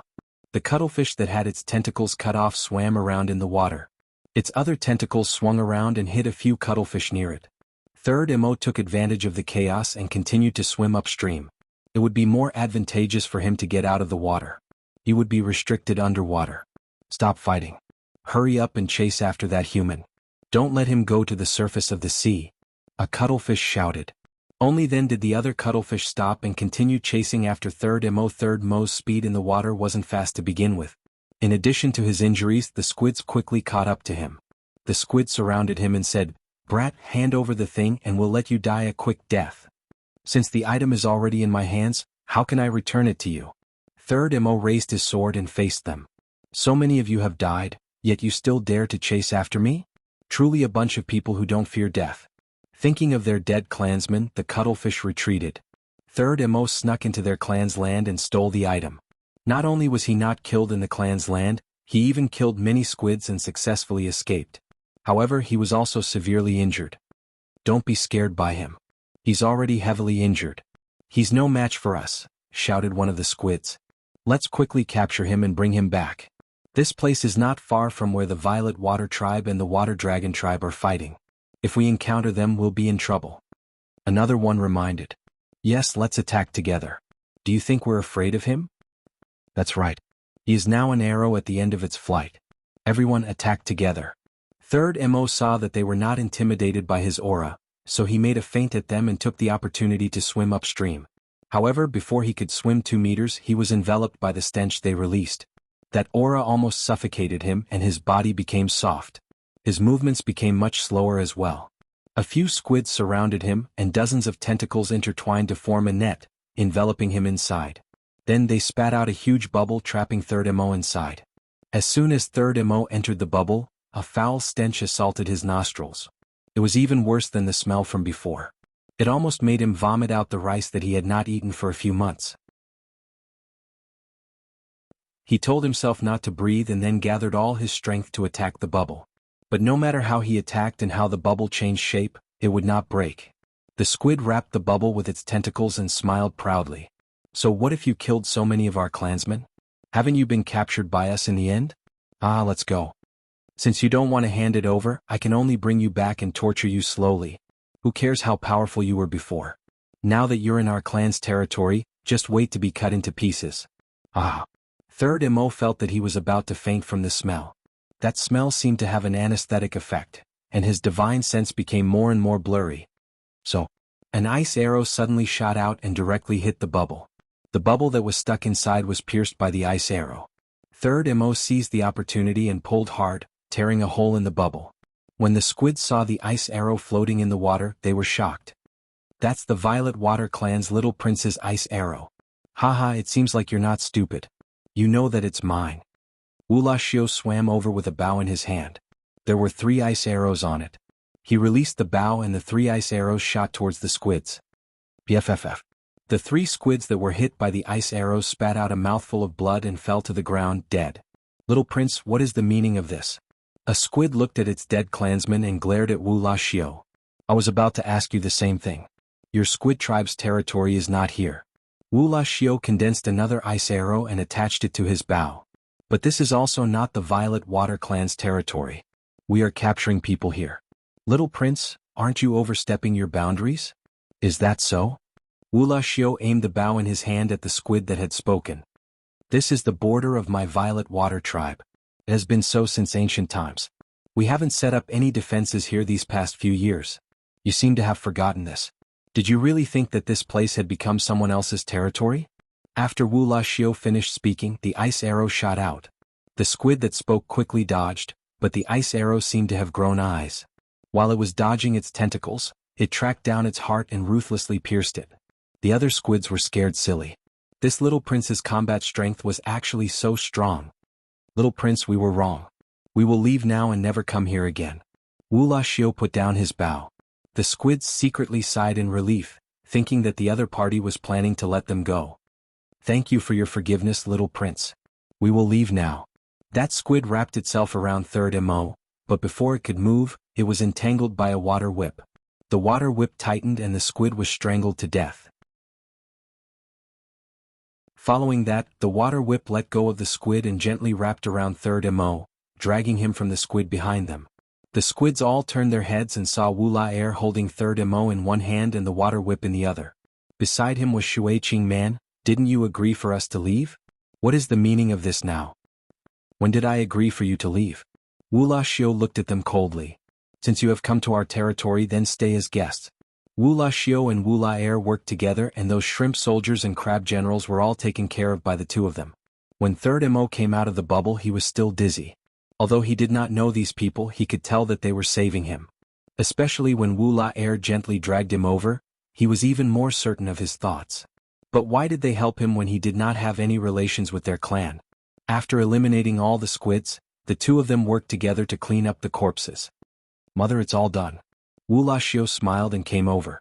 When Third Mo heard the words little prince and mother, he guessed that they must be that clan's royalty.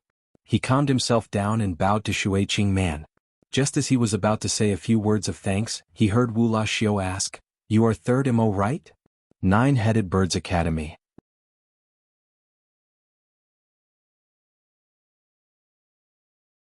Chapter 672.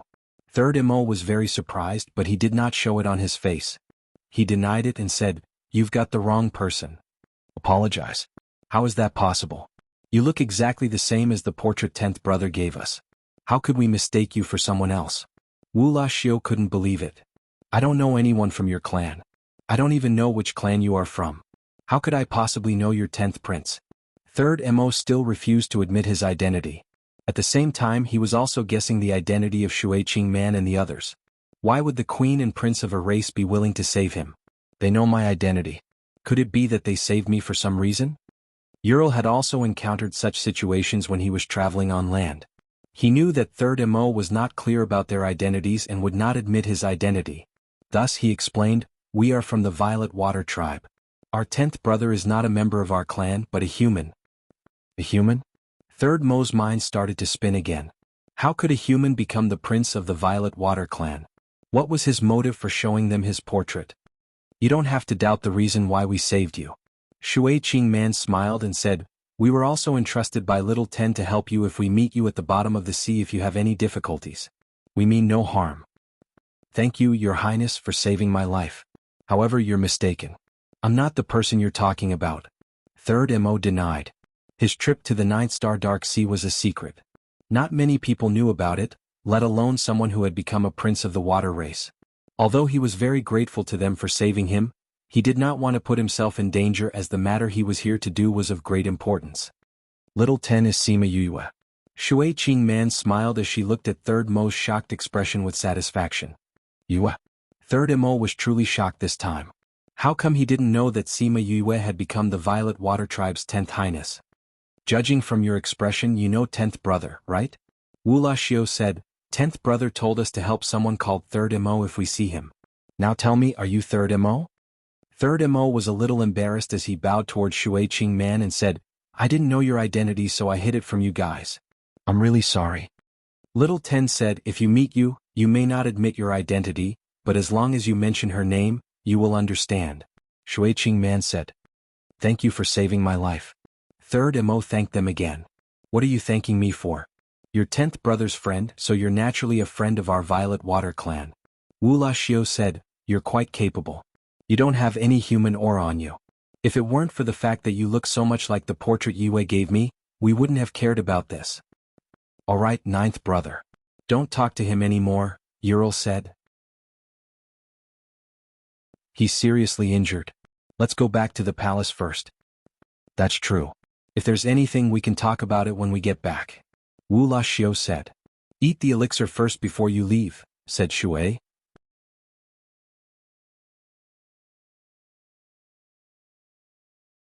Chapter 673. You don't have to worry too much. They have more people than us, but we have pills. A single pill could fill up half a person. The number of people we have added up isn't less than them. Shui Qingman said. That's true. Wu Lali said, I took a look just now. I'm afraid there are over 1,000 pills. How did she know that we need so many pills? Wu Lali asked suspiciously. She doesn't know. Shui Qingman played with Wu Lali's palm. She told us when we went there. Then she told us to wait for 10 days and went to the school to find help. I heard Lu and the others say that human alchemists place great importance on pill recipes. Yu also said that not many people know about this pill recipe. She asked someone to help refine this pill, so this pill recipe was exposed. Wu Lali said. That's right. Yu is a good child. We won't lose out if we take her as our goddaughter. Shui Qingman said. I know. You've said it several times already. Our Violet Water tribe didn't treat her unfairly either.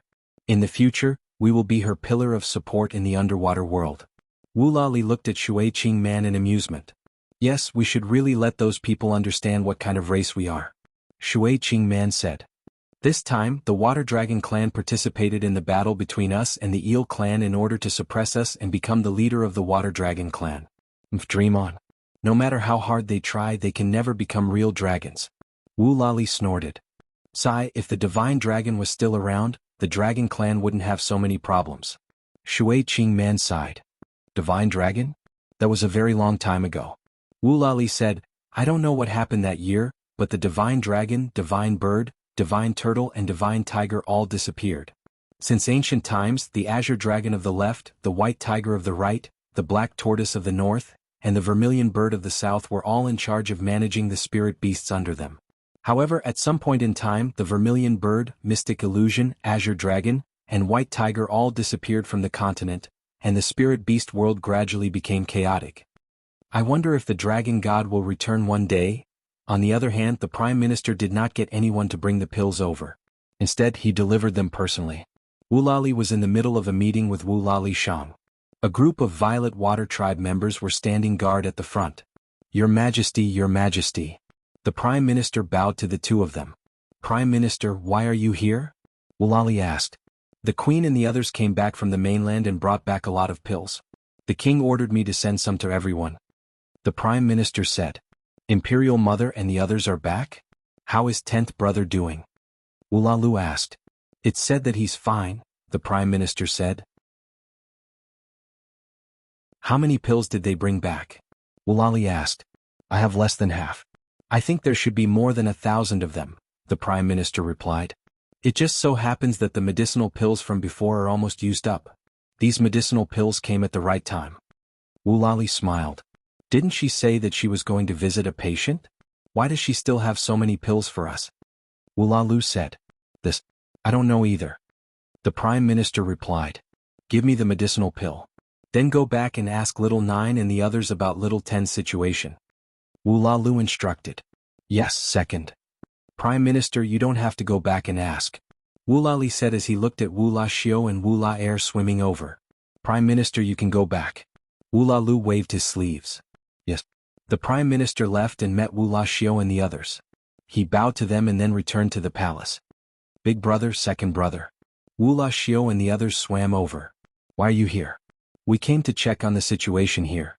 We heard the horn blowing just now. Wu Lali said.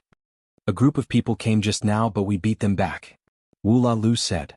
You came at the right time. Tell us about 10th brother. How is he? Who injured him?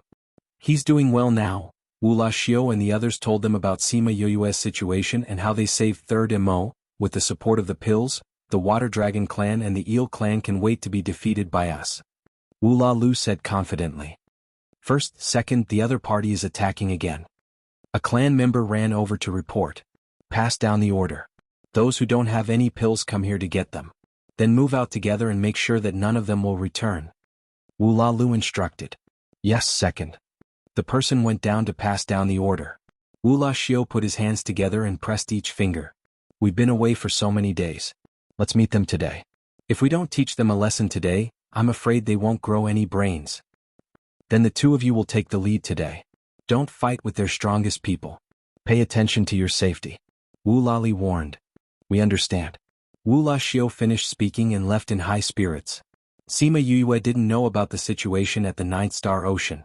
After she sent Shui Qing Man and the others off, she greeted Sima Lai and took Little Seven back to the sect. When she returned, Han Miao Shuang and the others were still cultivating. For her pills, the three of them didn't rest at all. In addition to helping Su Jin, they were exhausted. Sima Yue didn't disturb them. She walked around and went to find Sima Yulin and the others. She wanted to see how the team was doing. Little Seven ran off alone when she returned to the sect. Sima Yue wasn't worried about her safety here. She didn't know where she ran off to. This time she went to the Cultivation Pagoda. When she came to the first floor, there was a teacher who swiped a card at the entrance to manage the order in the pagoda. She saw that when the students entered, they would pass the card to the teacher and tell him how many days they would stay. The teacher would then swipe the number on the card. When she stood in the pagoda, she felt more abundant spirit energy and a richer fragrance. This fragrance, she was slightly stunned. This smell was so familiar. This smell? You're back. Fatty Chu just came out of the pagoda and ran over. I just came back, Sima Yue said. The last time she came back, Fatty Chu was still in seclusion. The two of them didn't see each other. I heard that you were injured before you went into seclusion. It's a pity that we couldn't ask for leave and couldn't go out. It's good to see that you're fine now. Fatty Chu looked her up and down and confirmed that she was fine. I came back once before, but I didn't see you, Sima Yue said. Are you going back now? You're not here to cultivate? No, I just came to take a look. I'm going to look for Big Brother and the others. Then let's go. When a person who just walked to the square heard Sima Yue's name, his eyes lit up. He hurriedly turned around and saw Sima Yue and Fatty Chu walking outside. He subconsciously followed them.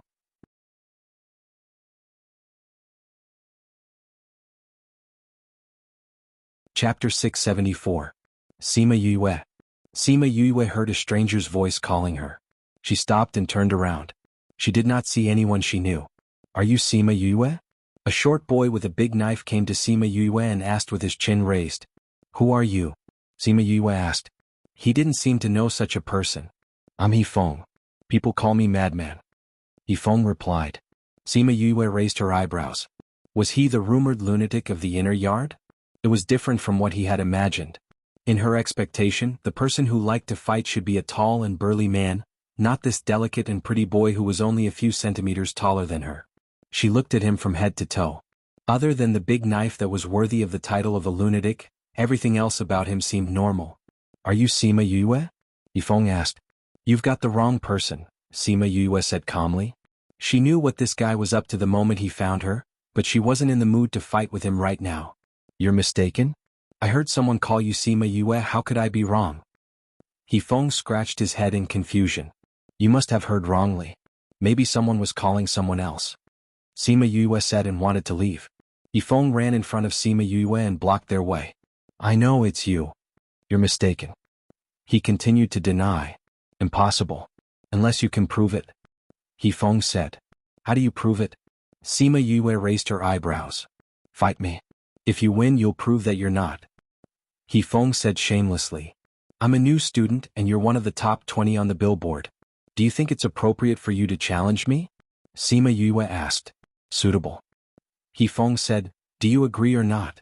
If you don't agree, it means that you are Sima Yue. Sima Yue was defeated by his shamelessness and said, even if I were Sima Yue, I would never fight with you. What? Yifeng asked. Because I'm not interested in your kind of challenge. Sima Yue said, besides, I'm injured. You won't fight with an injured person, right? You're injured? Why can't I see it? Divine sense. Sima Yue said, you know, if your divine sense is injured, it will affect your battle. You definitely don't want to have an unfair advantage, right? Yifeng lowered his head and thought about it seriously. He nodded and said, you're right. You're injured now, so I can't fight with you. I'll look for you later. After saying that, he carried his broadsword and left. Yue, you're in trouble. Fatty Chu looked at Sima Yue pitifully. What's wrong? Sima Yue continued to walk forward. It's said that those who are pestered by this lunatic won't give up unless you fight with him. He'll keep pestering you until you agree. Fatty Chu said. It's okay. He can't enter the parting garden. Sima Yue said. That's true. When you can't stand him, you can go to the parting garden. He won't dare to barge in. Fatty Chu said with a smile. Let's go. We'll see what my brother and the others are doing. We'll also see how the team is doing. The two of them returned to their room and saw Sima Yuchi and the others sitting together discussing something. What are you talking about? She walked over and sat down. She looked at them and asked. You came back just in time. Sima Yuchi said, we're discussing some things about the team. What's wrong with the team? Did you encounter any difficulties? We didn't encounter any difficulties. Our team only has these few people. There aren't any internal conflicts. Sima Yuchi said. Then why do you all look so worried? Sima Yue didn't understand.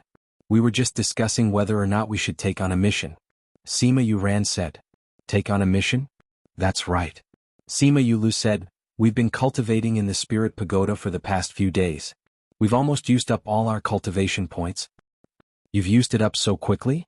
Sima Yue asked curiously. We're still a little better. That's because new students have a guaranteed amount of cultivation points. Sima Yuming said, but we don't have a job system.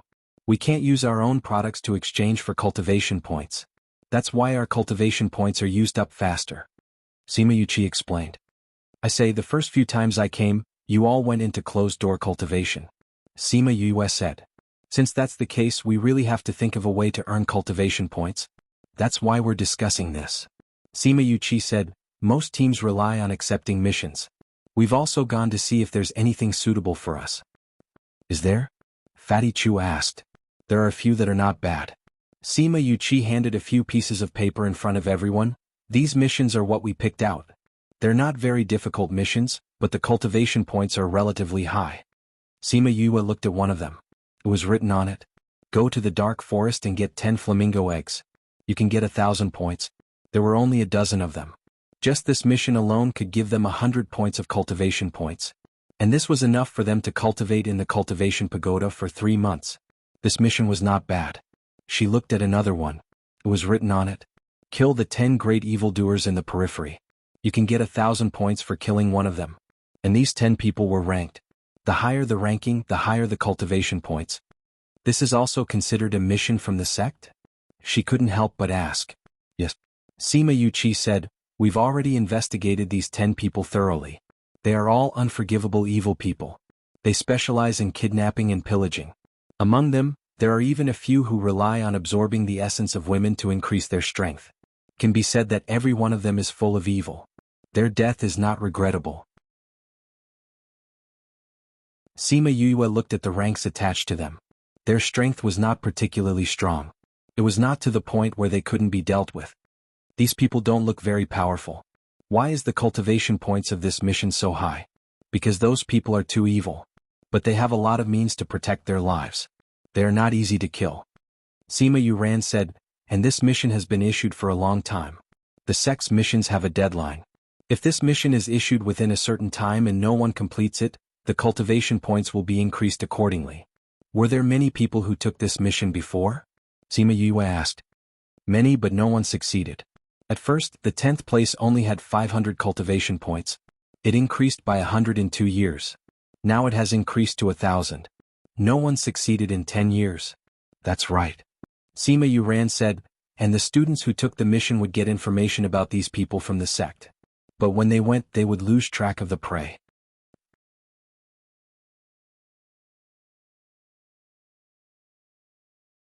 Chapter 675. Is everyone so cunning? Sima Yue lowered her head and looked at the names of the 10 people. The first person's cultivation points had reached 5,000 points and he was only an ultimate god. Everyone is crafty, especially the first one. His strength is not the highest, but his cultivation is the highest. In other words, he is the hardest to deal with. Sima Yuran said. Actually, I don't really agree with choosing this mission. Sima Yuming said, we just started accepting missions, so it's better to choose something easier. I prefer to go to the dark forest to look for flamingo eggs. It's similar to the missions we took before. In the past, when they were in the Capital Institute, they would often accept such missions from the Institute. They would go somewhere to do something or look for medicinal herbs. If we want to take on the task of finding flamingo eggs, we can also take this one. Sima Yulin said, when we were choosing the mission we heard the teacher say that there were two people who happened to be in the dark forest. If we're lucky we might run into them. If we're unlucky and don't see them then we have nothing to lose. That works too. What do you think? Sima Yuchi asked. I have no objections. Fatty Chu had never cared about these things. As long as he could refine armaments, cultivate, eat and sleep well and be with everyone he was fine with anything. I also have no objections. Wei Ziqi said. Previously he had accepted 2 taming missions and earned some cultivation points. Now he was not short of them so this time he mainly followed them and did not take the lead. Me too.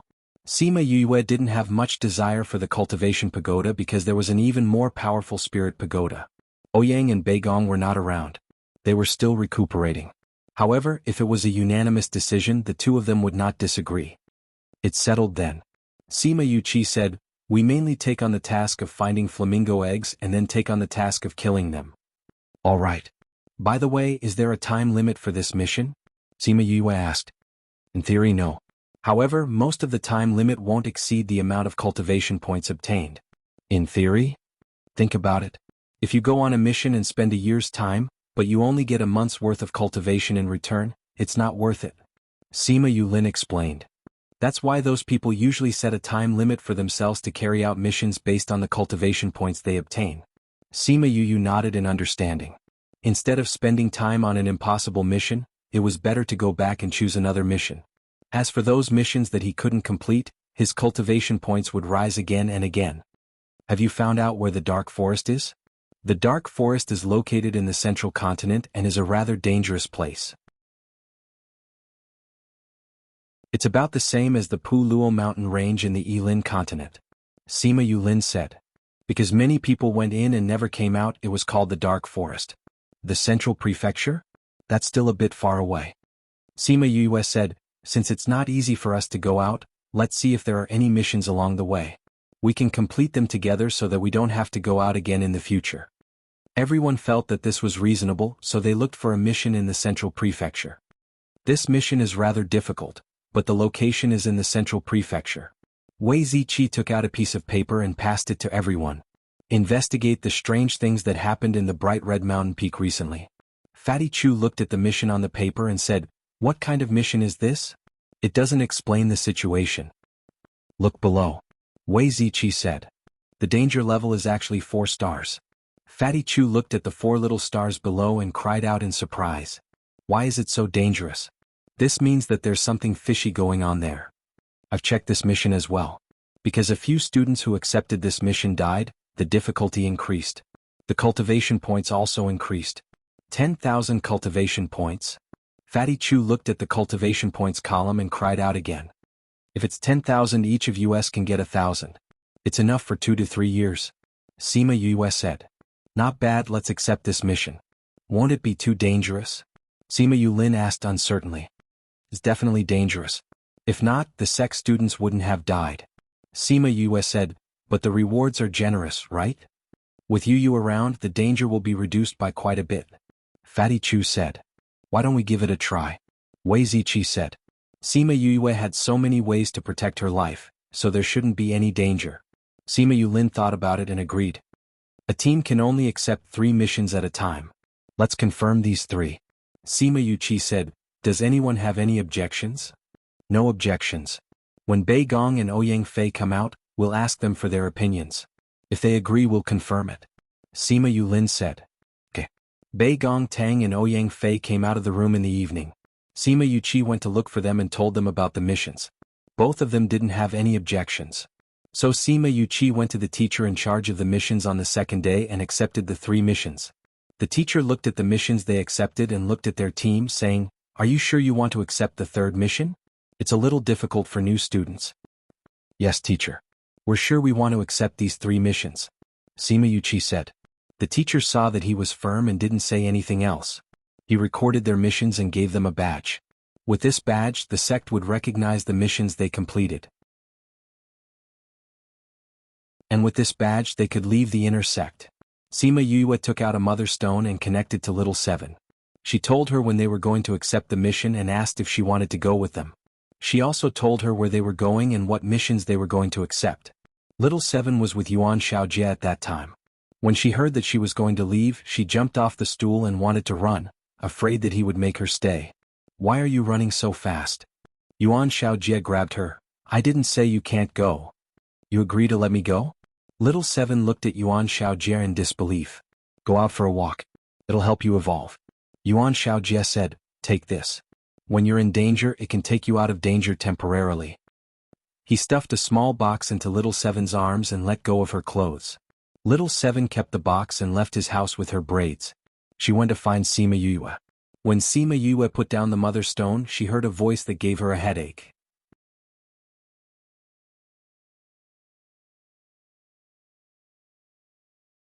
Chapter 676. Sima Yue, how are you today? Yifeng walked in with his big knife. When he saw Sima Yue standing at the door, he walked over. Sima Yue's mouth twitched. Didn't this guy just ask about it last night? Were they planning to visit him 3 times a day? Until she's fully recovered and then fight him? Looking at it now, Fatty's pitiful look yesterday really suited her. This lunatic was more of a headache than she had imagined. Lunatic, I won't be able to recover for the next half a year. You don't have to come and find me every day. She said helplessly. Half a year? That long? Yifeng's face fell. Of course. My soul is injured and my divine sense is damaged. Of course it would take me that long. Sima Yue said, and this is under the condition that we have the support of good pills. Otherwise it would take even longer. So don't come looking for me for the time being. I can't compare to you even if you look for me. So you'd better leave quickly. She felt that she had expressed her meaning very clearly, but a certain someone did not understand and was still standing in the same place. Isn't this taking too long? How impatient. Yifeng said. Sima Yue shrugged, looking as if there was nothing she could do even if she was anxious. Yu, when are we leaving? Little Seven walked in and saw the two of them standing in the courtyard. Where are you going? Yifeng asked in surprise. Our club has accepted a mission and we're going to do it. Sima Yue said, we still need to make some preparations so we won't keep you. Where are you going to do the quest? How long will it take? Yifeng asked. He shouted when he saw Little Seven walking towards Sima Yue. Little Seven? Why are you here? Why can't I be here? Who are you? Little Seven only knew to ask who Yifeng was after she replied. Little Seven waved her hand and interrupted him saying, I don't care who you are, hurry up and leave, otherwise I'll send you flying with one punch. Yifeng's face was red, but he seemed to be afraid of Little Seven. He didn't dare to say anything and just left with his head lowered. Sima Yue saw that Yifeng, who had been chattering around her, turned around and left because of Little Seven's words. She asked in surprise, Little Seven, why is he so obedient to you? Little Seven didn't know either. Maybe it's because I beat him up before. But I don't have any impression of him. It seemed like Little Seven often beat people up in the past. Actually, Little Seven didn't beat up Yifeng. The reason why he listened to her was because he had seen her send the second place on the leaderboard flying with one punch. Yifeng himself wasn't a match for the second place. Compared to Little Seven who ended the battle with a single punch, he didn't dare to provoke him. Yu, when are we leaving? Little Seven happily pulled her hand and asked. She was so happy that she could finally go out and take a look. We are ready, but before we leave we need to ask Principal Yuan. We need his permission to bring you out.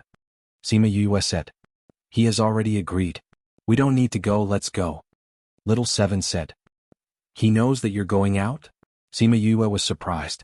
Was the principal a god and knew everything? Because when you contacted me I was in his house. When you looked for me he heard it. Little Seven said. He even gave me a protective amulet. What protective amulet? Little Seven took out the box and opened it. Sima Yue saw a few one-time array stones inside. The array stones were carved with intricate patterns. One look and you could tell that it was made by an expert. At least, she wasn't able to make such a good one-time array. The better the one-time array, the shorter the activation time and the further the teleportation distance. The amulet that Principal Yuan gave her was indeed a life-saving amulet. However, he also knew that not many people would discover Little Seven's identity at this time. There wouldn't be any powerful people from the outside world who would come to capture her. Keep this well. If you encounter any danger, Activate it and inject your spiritual energy into one of the array stones. Do you understand? Sima Yue returned the box to Little Seven. Little Seven kept the box and said, "Can we go now?" "Wait for them. We can go when they're done." After a while, everyone came to the courtyard. Once everyone was present, they went to the teleportation array in the inner sect. Going out again? Seeing Sima Yue, the two people in the teleportation array recognized her. "This time we're going out to complete a mission," Sima Yue said. Sima Yuqi handed over the mission plate that the sect had given them to take a look. One of them condensed his spirit energy and drew a few lines on the array on the ground, saying, "This is the array that will lead you to the central province. It's random. As for where you will be sent, it will depend on your luck." Sima Yue and Sima Yulin were shocked. He only used his spiritual energy to draw a few lines on the array and it changed completely. Sima Yue couldn't help but look at the two guards. What kind of people were they? They were so skilled in arrays, but they were only here to guard the array? "Let's go." Bei Gongtang saw that she was still in a daze and poked her lightly. They came to the array and it started to activate. After the group of people disappeared, the array lines that were drawn with spiritual energy gradually disappeared. "Did you see his expression just now?" "I saw it. Looks like he knows arrays too." "Should be. Just now, his eyes were fixed on you as you set up the array. His hands were moving around unconsciously as if he was learning. There are many array masters here. If they can learn a thing or two, it's their ability. We don't have to hide it. Principal Yuan asked us to stand guard here because he had the same idea." "Haha, that guy wants us to be teachers. He can only use this method to let others learn. There will always be a few people who can learn something. Those guys have to hurry up. We can't stay here for long." Yet time flies. In a blink of an eye, there's only 5 to 6 years left. 50 years of my life have been wasted here just like that. It's all because we were tricked by him. Who asked you to make a bet with him? Even I have to stay here with you for so long. Sai, there are benefits to staying here. Didn't we improve a lot in these few years? When we go back, we might even improve more than those guys. Maybe.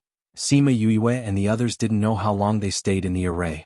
When they stepped on land again, they were already in Central Province. Thinking back to when they were crossing the void, the space tunnel was so stable. This was just a temporary array, but it was so stable.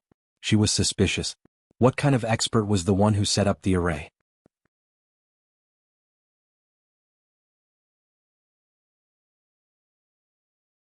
Chapter 677.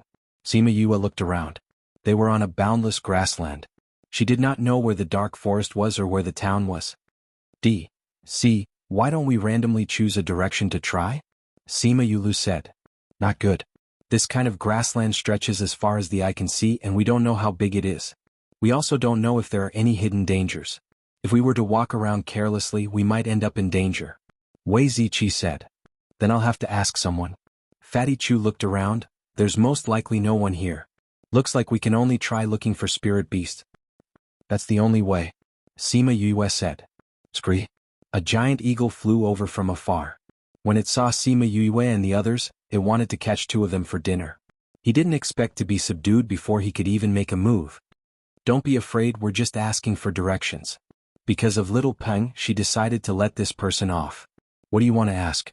The giant eagle asked. Where is this? West Coast Desert, the giant eagle replied. Where is it located in Central State? Southeast. Where is the dark forest? How far is it from here? I don't know. I've never been there. Where's the nearest town? The giant eagle rolled its eyes, stretched out its huge wings and pointed in a direction saying, Go in this direction. Fly for 2 days and you'll see the town. After Sima Yu and the others finished asking their questions, they got the giant eagle to leave. After flying into the air, a hint of ruthlessness flashed in the giant eagle's eyes, and then it flapped its wings and flew away. Since it doesn't know much, why don't we go to the city and ask around to understand the situation? At the same time, we can see if there are any teleportation arrays. Sima Yulin said. All right.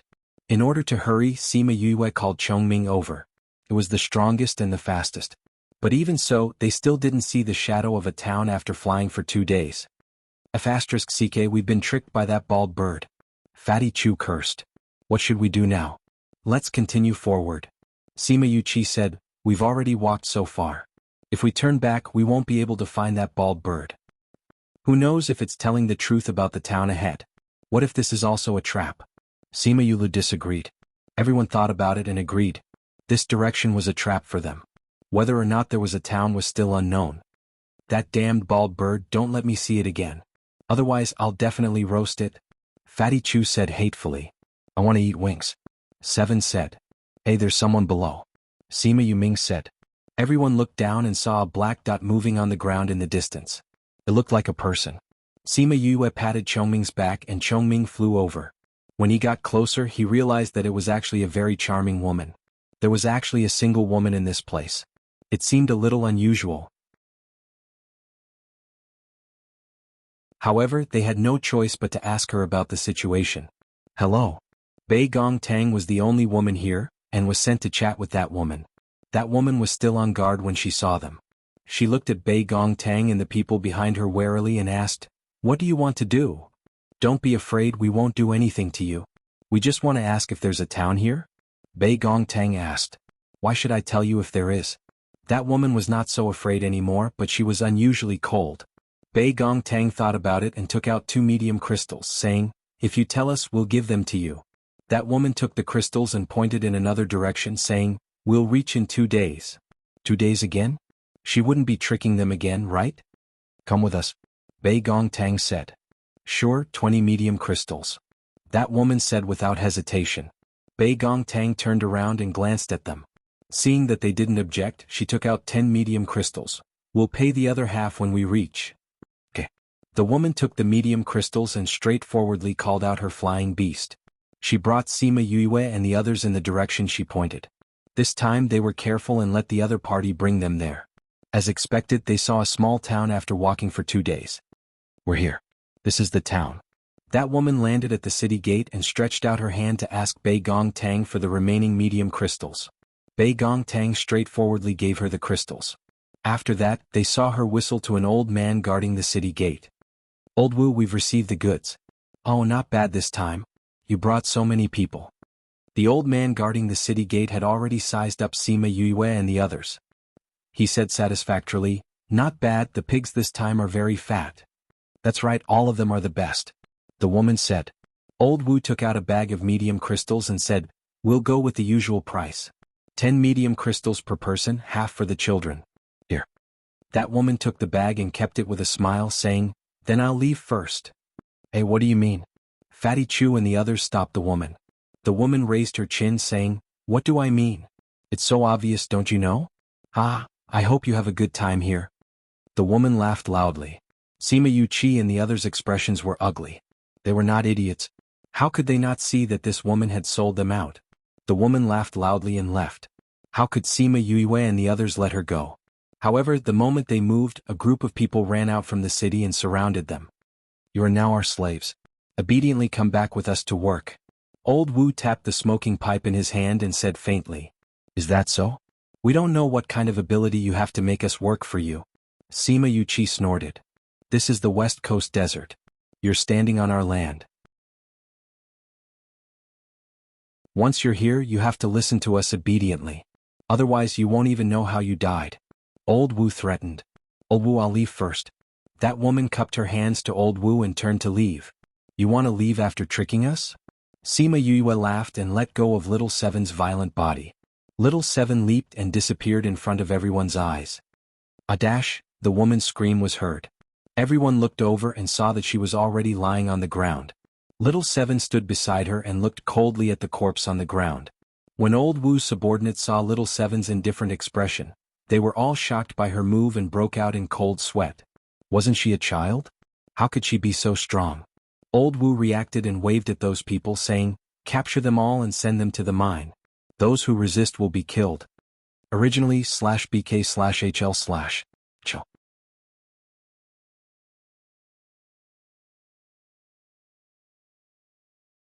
Chapter 678. Mine? Who are you people? Sima Yulu asked. Who are we? Old Wu raised his head and laughed. You're already here, yet you're asking us who we are? Ah.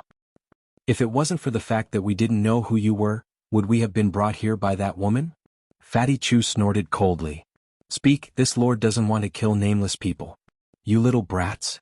Old Wu laughed so hard that he almost couldn't hold the long pipe in his hand. Let me tell you, this is the Great Gorge Ridge. We are the Brave Moon sect, the largest sect in the Great Gorge Ridge. This is our mine. There are so many people in your mine? Another town? Old Wu took out a leaf and rolled it up. He placed it in the pipe and smacked it twice before saying with a sneer, "These are the places where we miners live." Humph humph. Now that you're here, it's better for you to obediently be our miners. Otherwise you'll suffer physical pain. Just based on the few of you, you want to keep us here? Sima Yuran took out his weapon and pointed it at Old Wu. Old Wu glanced at Little Seven and said, "This little baby is indeed surprising, but this is the Brave Moon sect." He took out a whistle and blew it. Immediately, a group of black-robed men flew out from the city walls and surrounded them again. The people who came this time are not bad. Sima Yue said, "Old man, do you have a teleportation portal here?" "Of course. We're the largest force in the entire Great Gorge Ridge. How could we not have a teleportation array? But even if there is a teleportation array, you won't have the chance to use it. You can only mine for us for the rest of your lives. Go give them the slave rings." At Old Wu's command, those people took out a pure silver necklace and looked at the few people in the middle. Coincidentally, at this moment, a huge warship sailed over. It was like a yacht in the sky. The warship arrived at the city gate and landed. A group of people holding whips appeared on the deck of the warship. Then, a group of people wearing silver collars came down from the ship one after another. Everyone had their heads down and looked very tired. At the same time, the city gates opened and a group of people walked out. They were all wearing silver necklaces and all of them had numb expressions.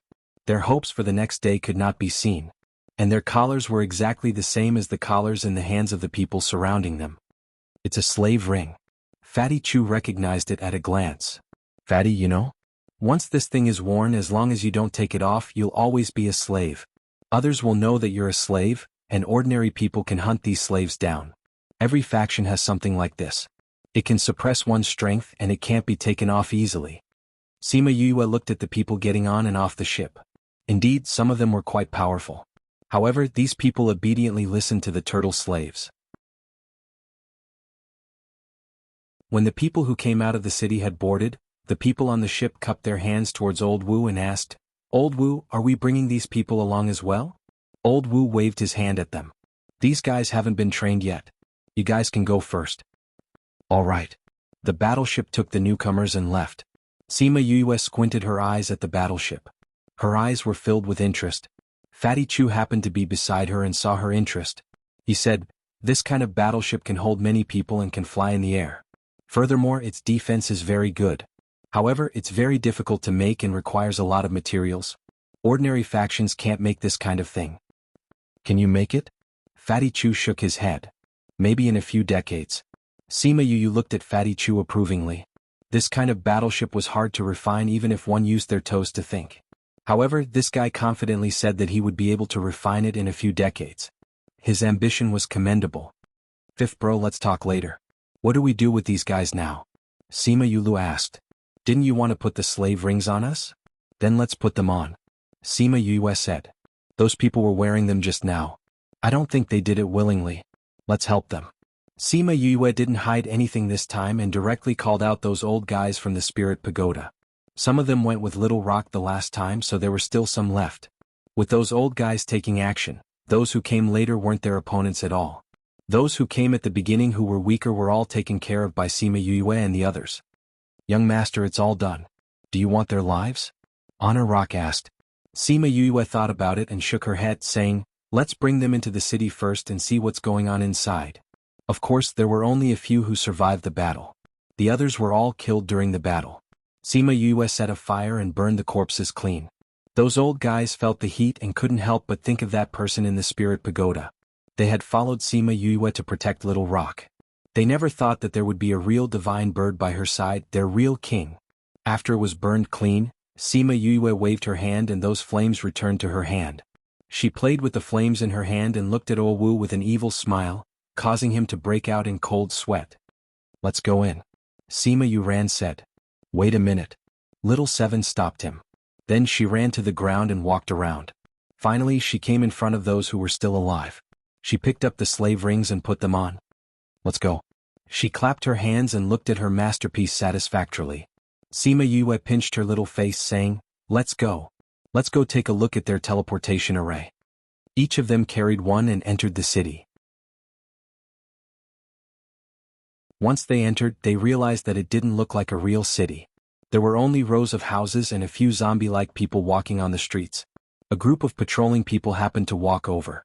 When they saw that they had caught Oawu, they rushed over. However, before they could reach Sima Yue, they were all killed by Honor Rock and the others. Those people with numb expressions came over one after another.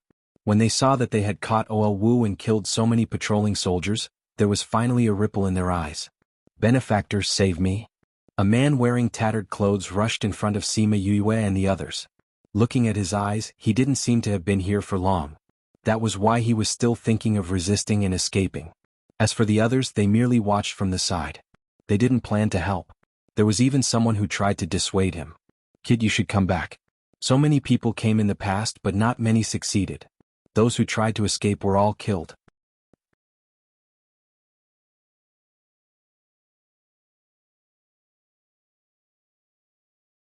Chapter 679. That person's face flashed with a trace of struggle. Finally, he looked at Sima Yue and the others and said, "Please save us." Sima Yue did not reply immediately.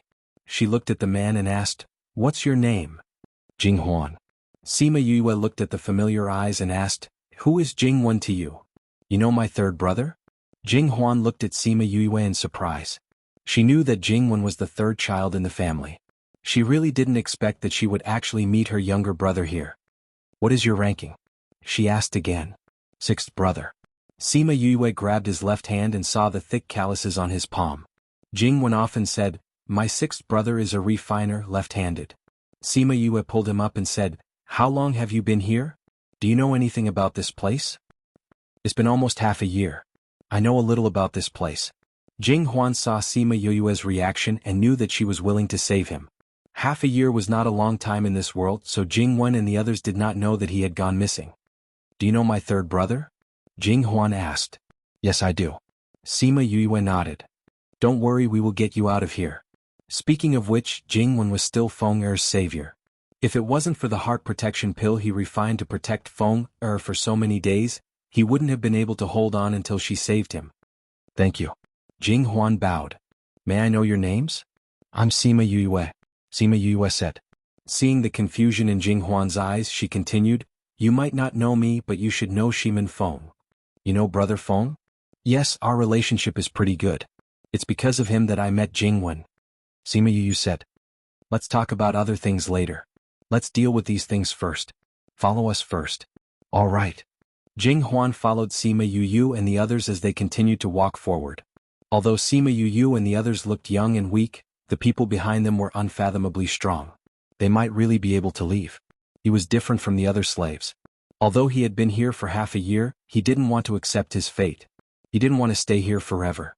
However, he was wearing the slave ring, which suppressed his strength. Their interspatial rings had also been snatched away. He had no way of contacting Jinghuan and the others. This was the West Coast desert. Very few people came here to begin with, and it was always heavily guarded. If they wanted to leave, the chances were zero. Sima Yue was his only hope. Sima Yue looked at the people walking out of the house. She asked Jinghuan, "Are these the people who were sold here?" "More or less.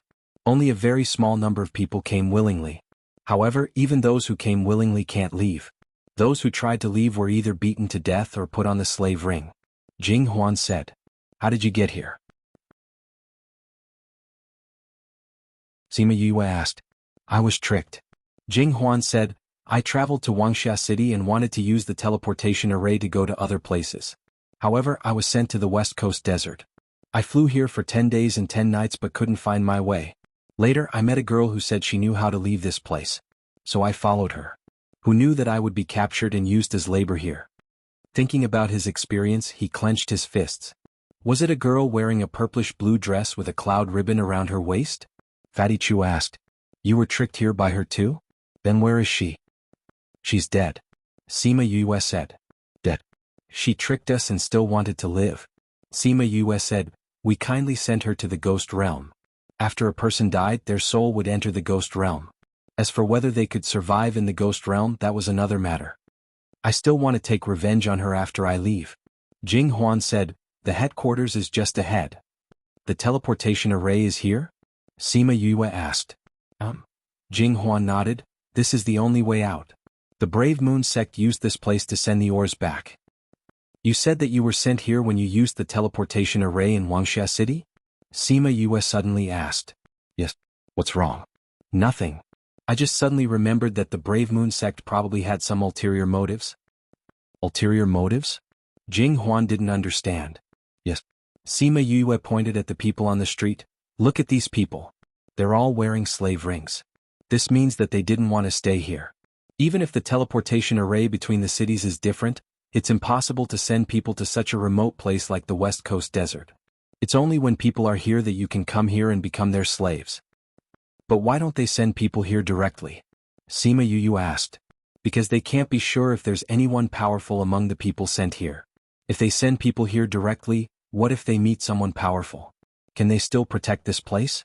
Sima Yue said, and if they send people to the West Coast Desert, if the other party is powerful, they should be able to walk out on their own. If they meet someone weaker, they won't be able to do anything even if they're tricked into coming here. What a despicable Brave Moon sect. Jing Huan said hatefully. That's why I'm thinking that there should be many people like you. Who knows, there might be many people with illustrious identities among them. Sima Yue said. You're thinking of? Sima Yulin looked at Sima Yue and understood what she meant. It's fine if we didn't encounter this. But we've encountered it and they almost tricked us as well. We naturally can't just stand by and watch. I was still hesitating before. Since the Brave Moon sect is the #1 sect here, they're definitely not weak. But if there are many people from other powers among them, then things will be easier. Sima Yue said with a smile. That's right. Those who were tricked naturally won't let the Brave Moon sect off so easily. If they return to their own sect, they'll definitely report this matter. Their own sect members are trapped here mining, so those powers definitely won't let the Brave Moon sect off so easily. When the time comes, many people will come looking for them. Even if they're the #1 sect, they won't be able to get anything out of it.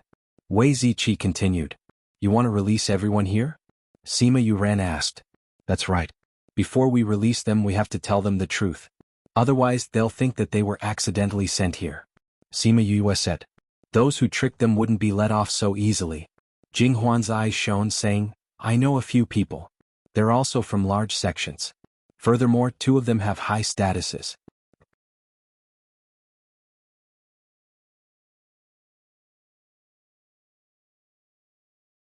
Chapter 680. Their identities are not bad? How bad are they? Sima Yue asked. One is the young master of a sect, and the other is the disciple of an elder. Jing Huan said, I don't know what their sect is called and they didn't say. I think they're afraid of losing face for their sect. Since there's a young master of a sect here, there should be people with other identities as well. I think they won't say it for the sake of their own sect or clan's face. However, if they really get their freedom and go back, they will take revenge. Sima Yulin said. Then we can tell them what the Brave Moon sect did. This way, those who haven't figured it out will understand how they suffered all these years. Sima Yuming said. That's a good idea, but we have to settle things here first. Sima Yulin said. What's going on here? Fatty Chu asked. Stupid. Wei Ziqi poked his head. We're already standing in front of the main house. What do you think we have to do? Of course we have to take care of the Brave Moon sect. I thought it was something big. Is this even a problem for us? Fatty Chu rubbed his forehead. In his opinion, it really wasn't a problem. Alright, even if it's not a problem, we still have to deal with it. Sima Yu said, Jing Huan, do you know how many people are here? Jing Huan shook his head. If we're not mining in the mines, we're in our own houses. We can't move around as we please. Even if we're working, there are supervisors watching over us. Then how did you talk to those people? When we were mining in the mines, the supervisor complained that the environment was not good, so he would slack off on the surface. Jing Huan said. There was no need to elaborate. Everyone could imagine what kind of life Jing Huan and the others were living here. Can you take this off? Sima Yu pointed at the slave collar around his neck. We have to ask him. Jing Huan said. They had been here for so long, but they had never seen anyone take it off. This kind of slave collar usually has a key. Fatty Chu said. He definitely knows how many people are here. Ouyang Fei said.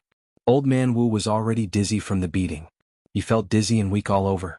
Now that he was being stared at by a few pairs of eyes, he was scared half to death. Speak, how many people are inside? Sima Yuqi placed a knife on old Wu's neck. Even if you kill me, I won't say a word. Old Wu felt that he was quite strong-willed. Kill you? Sima Yuqi glanced at him. Wouldn't killing you be letting you off too easily? Don't worry, if you don't tell us, we have ways to make you beg for death. Old Wu felt a chill in his heart when he saw the deep meaning in his eyes. If he had any sense, he would have killed himself by biting his tongue. However, he couldn't bear to lose his life, and he didn't believe that they could deal with the people in the headquarters. The power of the Brave Moon sect was not something they could deal with. However, he thought of what they said just now. If these slaves were all released, the Brave Moon sect would definitely face the biggest disaster in history. Yu, why don't you use your fire to burn one of his legs so that he can't walk in the future? Little Seven said, Sai, why don't we just burn one of his hands? Let's burn his leg. If we burn his leg, we'll burn more things. Long legs, more meat. Anyway, he doesn't plan to tell us the situation inside. Okay, whatever Little Seven says. Sima Yu patted Little Seven's head lovingly. This little guy had such a black-bellied side. Old Wu's pupils constricted. He thought of Sima Yu's terrifying fire. If one of his legs was really burned, it would be worse than death. Sima Yu shot out a flame and the surrounding air became hot. She looked at Old Wu's 2 legs and asked Little Seven, Little Seven, which leg do you think should be burned? The right leg. Little Seven casually pointed. Little Seven, you're pointing at the left leg. Fatty Chu subconsciously reminded her. The left leg? Then let's burn the left leg. Little Seven did not care if she made a mistake and said disapprovingly. Sima Yu looked at Old Wu and said, I'll ask you one last time. Are you going to tell us the situation inside? No. Old Wu gritted his teeth and said. He did not believe that they would harm him, an important hostage, without knowing the enemy's situation. However, in the next second, a bone-piercing pain came from his left leg. He subconsciously wanted to scream, but Sima Yu fed him a pill. He could not scream and could only let out a hoarse cry. Ah, ah. The fire burned very slowly under Sima Yu's control. Old Wu watched in horror as his left leg turned to ashes bit by bit. He could only make simple sounds. Ah, ah. He looked at Sima Yu in agony, his body trembling uncontrollably. He was willing to talk, Hurry up and stop. Stop. However, Sima Yu did not stop because of his gaze. She waited until the fire had completely burned his left leg before she waved her hand and retracted the fire. You want to talk now? Sima Yu said as she played with the fire. Old Wu was still hesitant. If you don't want to talk, I won't force you. Sima Yu said, anyway, you're not the only person from the Brave Moon sect here. I'll ask them after I burn you bit by bit. After she finished speaking, she looked at the others.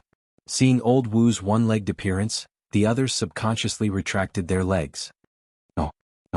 I'll talk. 2 hours later, Sima Yu and the rest were already sitting in the main hall of the headquarters. The people from the Brave Moon sect had all been subdued by them. Sima Yu looked at the people in the courtyard and was a little puzzled. This was obviously a very important mine. How could there not be a single top expert here? I asked just now. They said that the experts who were in charge of this place had been summoned back these 2 days. Sima Yuqi explained to everyone. This meant that they came in so smoothly this time because they were lucky. It just so happened that the experts were not around. She knew it, such a big mine, how could there not be any experts in the sect? Do you know when those experts will be back? She asked. Although there were a few old monsters around, the other party was still the biggest sect in the territory. How could they not have some background? And this mine was so important to the sect. If they knew that something had happened here, it would cause a lot of trouble. I don't know when they'll be back. In order to avoid trouble, we have to settle things here as soon as possible. Sima Yu said. She glanced at Fatty Chu, who was eating spirit fruit, and said, Do you know how to break this kind of slave ring?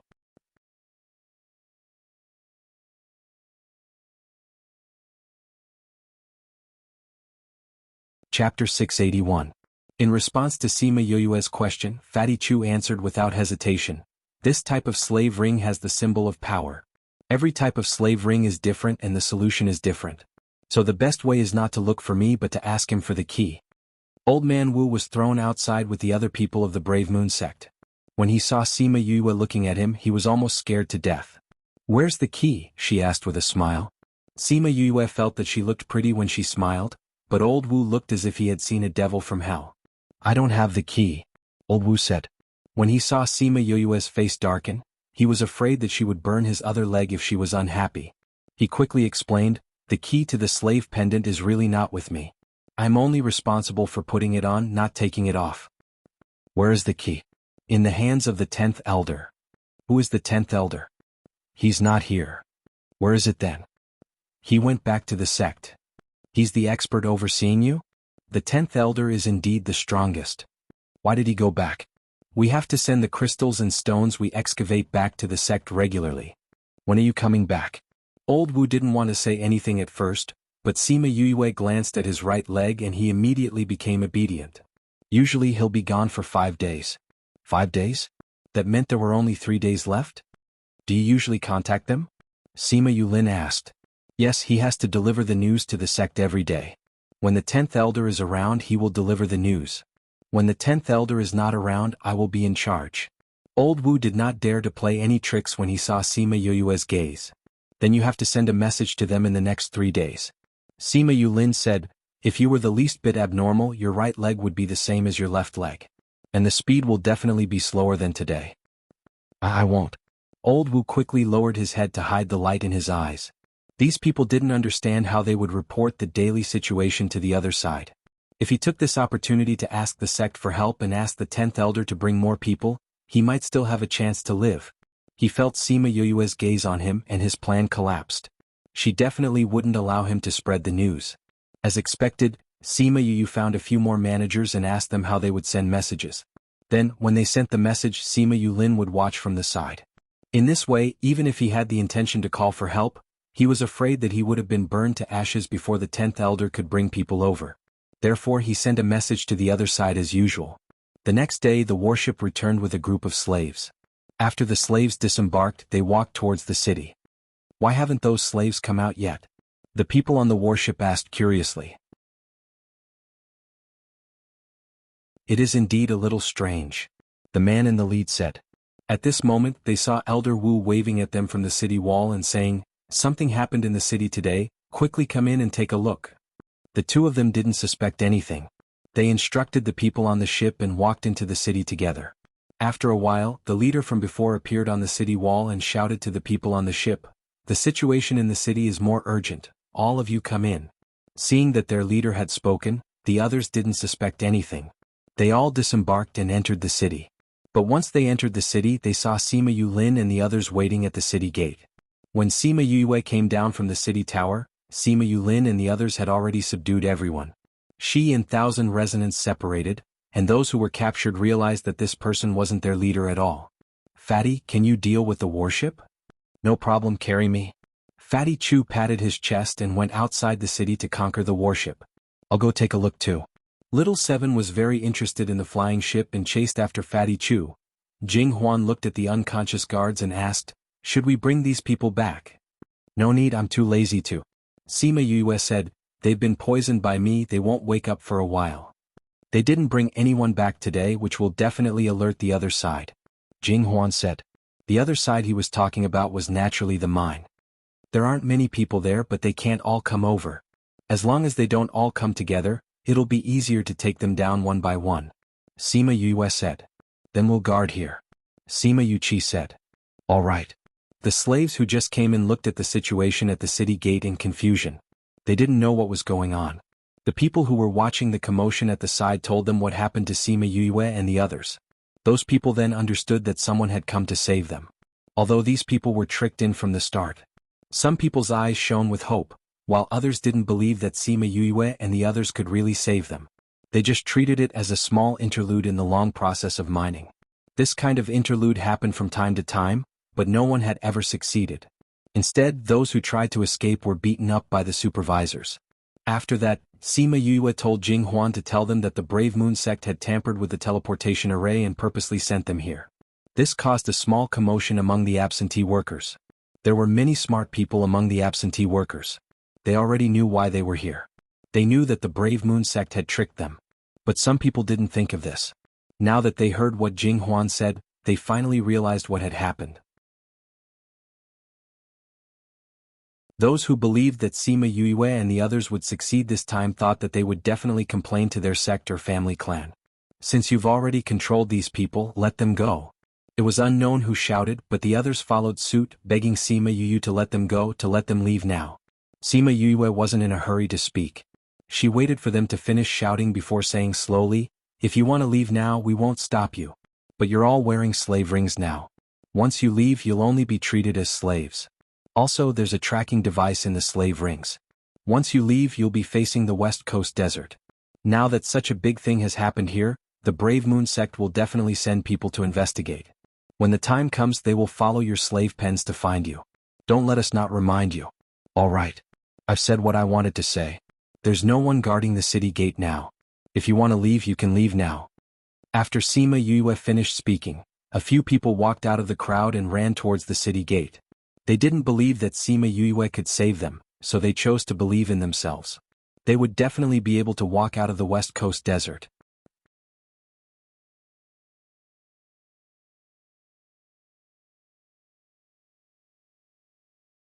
Chapter 682.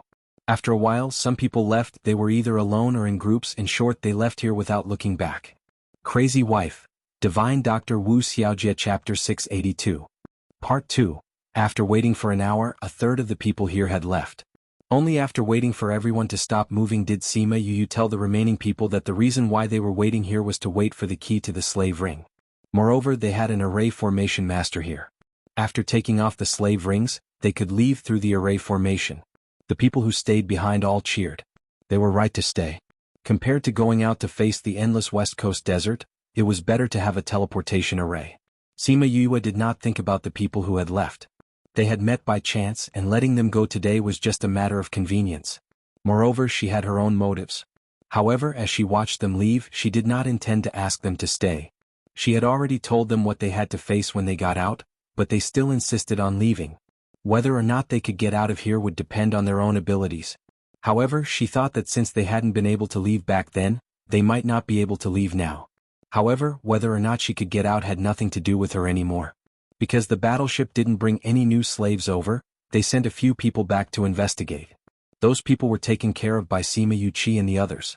After that, they sent some people back, but the same thing happened to them. The leader over there was very worried about the situation in the city, but they had to watch over this place and supervise the slaves mining.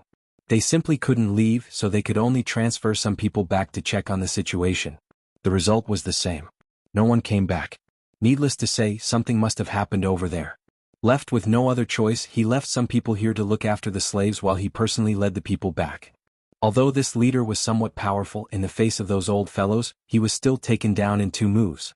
2 days passed in a hurry as they continued to attack and destroy each and every one of them.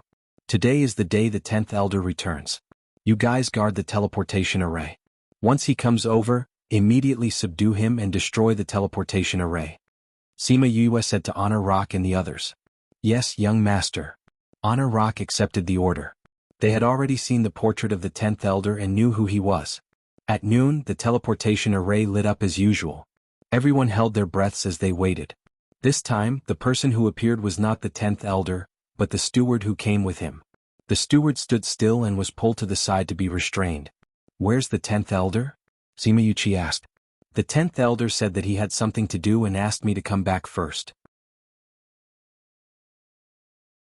He will only be back tomorrow. The steward tactfully explained. Sima Yu and the others exchanged glances saying, let's just wait here. On the morning of the second day, the teleportation array lit up again, immediately attracting their attention. He's here. The figure of the 10th Elder appeared on the teleportation array, together with another elder of the Heroic Vigor sect. Who are you? Seeing that the courtyard was full of strangers, the 10th Elder scolded loudly. Go. Sima Yu ordered. Honor Rock and the others captured the 2 of them. Then she immediately went forward and destroyed the array. Everything happened in the blink of an eye. The 10th Elder was caught before he could even fight back. The 10th Elder and the others were old monsters who had lived for nearly 1,000 years. When they saw this scene, how could they not understand what was going on? Who are you? Why are you interfering with the affairs of the Heroic Vigor sect? We don't want to interfere with your affairs, but you shouldn't have sold us to you. Sima Yu said, we won't talk so much nonsense with you. Where's the key to the slave ring? I don't have it. The 10th Elder denied. If those slaves were freed, then what they had done all these years would definitely be exposed. The Heroic Vigor sect would be destroyed. Do you think you don't have it just because you say so? Yu, the key must be in his interspatial ring. If we kill him, the interspatial ring will be ownerless. Are you afraid that we won't be able to find the key? Wei Ziqi said. That makes sense. Sima Yue nodded. Wait a minute. The 10th elder said, I'll give it to you. With a thought, a black iron block appeared in his hand. Stop him. Fatty Chu cried out when he saw the black iron block. Sima Yue and the others didn't know why, but they immediately condensed their spirit energy and attacked the 10th elder. A dash, the 10th elder's left hand grabbed his right arm. Only half of his forearm was left, and the other half was lying on the ground. Fatty Chu rushed forward and picked up the iron block. After injecting some spiritual power into the black iron, it actually turned red. Fatty Chu fiddled with it for a while before the iron block returned to its original state. Seeing Fatty Chu heave a sigh of relief, everyone asked him, Fatty Chu, what's wrong? This isn't a key at all. It's the controller of the slave ring. As long as it explodes, the slave ring will explode as well. Fatty Chu said. If the slave ring exploded, it went without saying that those people would all die. The 10th elder looked at Fatty Chu with surprise. He didn't think that someone so young would know about this. At the same time, he secretly regretted that he was too slow. What a good 10th elder. Jing Huan went forward and kicked him in the stomach, sending him flying far away. Where's the key? Sima Yulin asked again. The 10th elder lay on the ground, refusing to look at them. Since you don't want to say, we won't force you. Sima Yu said, send him directly to the ghost realm. The 10th elder was different from old Wu. One look and you could tell that he had a backbone. The method used on old Wu was useless on him. But we still don't know if the key is in his interspatial ring. If it wasn't, they wouldn't know where the key was if they killed him. No problem, I have a way. Sima Yu said. She glanced at Honor Rock. Honor Rock obeyed and punched him in the heart, ending his life. The 10th elder didn't think that he, who had been so powerful his entire life, would die like this. He looked at the sky and his eyes began to dilate. Sima Yu came beside the 10th elder and placed both hands on his temples. Then she sent her divine sense into his brain.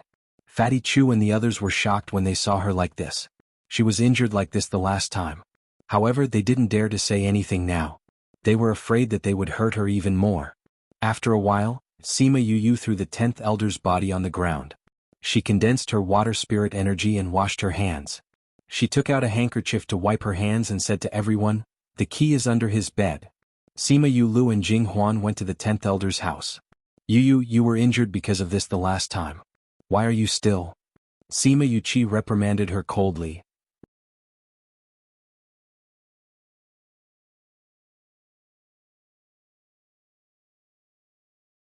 Chapter 683. Big brother, don't be angry. I'm different this time. Sima Yu said. How is it different? You're the one who placed your divine sense in other people's bodies. Sima Yu Chi was really angry. They did not know the exact details of Sima Yu's injury when they were still in the sect. It was only after Sima Yu Chi went out that Sima Lai and the others told him about her injury. How could he not be angry when he saw her doing such a thing? Big brother, this time we're just sending our divine sense into his brain to search for memories. It's not dangerous at all. Sima Yu said, besides, he's a dying man and his consciousness is about to dissipate. There's no danger for me to do this. Sima Yu Chi's expression was still cold. Really, can't you see that I'm perfectly fine? Sima Yu giggled as she approached him and swung his hand coquettishly. Don't do something so dangerous next time. Sima Yu Chi saw her like this and finally forgave her. At this time, Sima Yu Lu and Jing Huan walked over. Jing Huan was extremely excited. The slave collar around his neck had been taken off and he seemed to have relaxed. He came in front of everyone and bowed, saying, thank you for saving me. You're welcome. Sima Yu said, we have destroyed the teleportation portal here. If there is no news today, they will definitely send someone over. The strong ones can tear through the void. It doesn't matter if a few come, but if too many come, Honor Rock and the others won't be able to handle it. So, it's best if we can rescue all of them today or tomorrow. Where's old Wu now? Sima Yulin asked. The Brave Moon Sect's people have all been played to death by the angry absentees. Bei Gongtang said. It meant that old Wu was gone as well. Ziki, you've been looking at Elder Wu's messages for the past few days. Today, imitate him and send a message over. While you're at it, tell him that the teleportation array is broken. Even if they are suspicious, they will only send someone tomorrow or the day after. Sima Yue said, "This period of time is enough for us to evacuate." "Okay," Wei Ziqi replied. "Yulin, let's set up the teleportation array first." Sima Yu said to Sima Yulin. "All right." She then looked at Fatty Chu and Fatty Chu immediately understood what she meant. Grinning, he said, "You guys go and do your own things. We will search them thoroughly." He really knew himself well. Sima Yue gave him a look of approval. Then everyone dispersed to do their own things. Sima Yu and Sima Yulin came to the city and found an empty space to set up a teleportation array. In the past 2 days, the two of them had studied the array formation in the headquarters and changed the spatial coordinates. This way they could leave here without being teleported to Wuxia City. The two of them spent half a day setting up the teleportation array. The absentee workers had already lined up and were waiting. Their faces were filled with anticipation. They wanted to leave as soon as possible, but they didn't dare to act recklessly. If these people didn't let them use the teleportation array, they would be in trouble. After Sima Yu finished setting up the array, she got them to come over one by one. Sima Yu Ming took down their slave rings first before they stepped into the teleportation array. Sima Yu activated the teleportation array and sent them away. 10 of them used one teleportation. Over 1,000 of them used over 100 teleportations before they were all teleported. A few of them expressed their gratitude to Sima Yu and the others as they left. Some of them even told them their names and said that they could ask for help in the future. Sima Yu didn't stand on ceremony either. She said that she would definitely ask them for help in the future. By the time they sent everyone off, it was already late at night. Jing Huan was the last batch to leave. He looked at Sima Yu and the others. "Aren't you guys leaving? Since we're going to save them, we'll save them together. We can't leave those in the mines behind." Sima Yu said. Jing Huan knew what they wanted to do and didn't say anything else. "You don't have anything on you. Take this. Once you get out, you should be able to find your family." Sima Yu handed him a bag. Jing Huan guessed that there were some crystals inside. He was penniless now and might not be able to find his family even if he got out. As such, he accepted it. When he came out of the teleportation array, he looked at the things inside. Other than some crystals, there was also his space ring. Although Sima Yu really wanted to swallow his interspatial ring as well, she still returned it to him on account of his older brother. However, she believed that he wouldn't spread the news of her getting the space ring. Others would only think that he was an accomplice. "All right, Fatty, it's up to you now," Sima Yu said to Fatty Chu after sending everyone off. You guys just wait and see." Fatty Chu rubbed his hands excitedly. They were the only ones left in the city. When they came out of the city, Sima Yu took out the battleship. Fatty Chu ran up and ran towards the cockpit. Sima Yu and the others followed. Very quickly, the battleship took them away from this place and headed straight for the Brave Moon Sect's mine. There weren't many guards left in the mine. Sima Yu and the others went over and quickly took control of the mine. The absentee workers didn't know what was going on. When they knew that they were free to leave, everyone cheered. Sima Yu and Sima Yulin set up the array again. Because it was the second time, the two of them finished it very quickly. The absentee workers took off the slave rings and recovered their strength. They took care of all the guards and left through the teleportation array. Sima Yu didn't have any sympathy for these supervisors. These people usually did many bad things when they were supervising here. Jing Huan had told them a lot. There were fewer people here. Sima Yu sent them off and it was only daybreak the day after. Sima Yu looked at the empty mine. Some of the ores were casually thrown on the ground. Everyone laughed. Then they moved together and kept half of the mine into the spirit pagoda. Then they quickly left the scene. When the Brave Moon Sect people noticed that something was wrong and sent people to check, they only saw a few hundred meters deep pit and a huge mine. Now only some leftovers were left. The higher-ups of the Brave Moon Sect were furious when they heard the news. That was their best mine. How could it disappear into thin air? Who would believe this? And those absentee workers had all escaped. They knew what they had done all these years. Now that they had escaped, the Brave Moon Sect would definitely not be able to escape the fate of revenge. Those who knew about it had all escaped. Only a few ordinary disciples and those who didn't know the origin of the absentee workers remained in the sect. They were heartbroken that the mine was gone and waited for the anger of the other sections.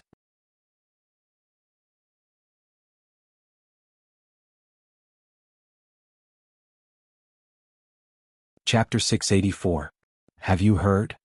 Heard what? Is there any big news recently? You really don't know? Don't keep me in suspense, hurry up and tell me. The largest sect in the Great Gorge, the Brave Moon sect, has been destroyed. What? Really? Of course it's real. When have I ever given you false information? You're right. Tell me what's going on. Let me tell you. Don't you know that the Brave Moon sect has done a lot of bad things over the years? Aya, hurry up and say it. If you keep us in suspense, we'll have to use our fists. That's right, that's right. Hurry up and say it, or I'll beat you up until you can't get out of bed. All right, I've told you. The person who first mentioned this said, the Brave Moon sect must have tampered with the transmission array of the Brave Moon City and sent many people to the West Coast Desert. West Coast Desert? How did they teleport people there? You don't know, right? This Brave Moon sect found a mineral vein in the West Coast Desert, but because they didn't announce it to the public, they didn't dare to openly recruit people, so they used these methods to quietly get people there. Then how could those people submit? Of course they won't give in. The Brave Moon sect actually made a slave ring. Slave ring? Suck, really? The Brave Moon sect is the #1 sect in the Great Gorge Ridge. How could they use such despicable things? Yes, so when those people escaped and returned to their own forces, those big clans and sects were furious. Many forces joined forces and destroyed the Brave Moon sect. This Brave Moon sect has only themselves to blame. They actually dared to use such a despicable method. It would have been fine if they had only captured commoners, but they had actually dared to capture people so casually.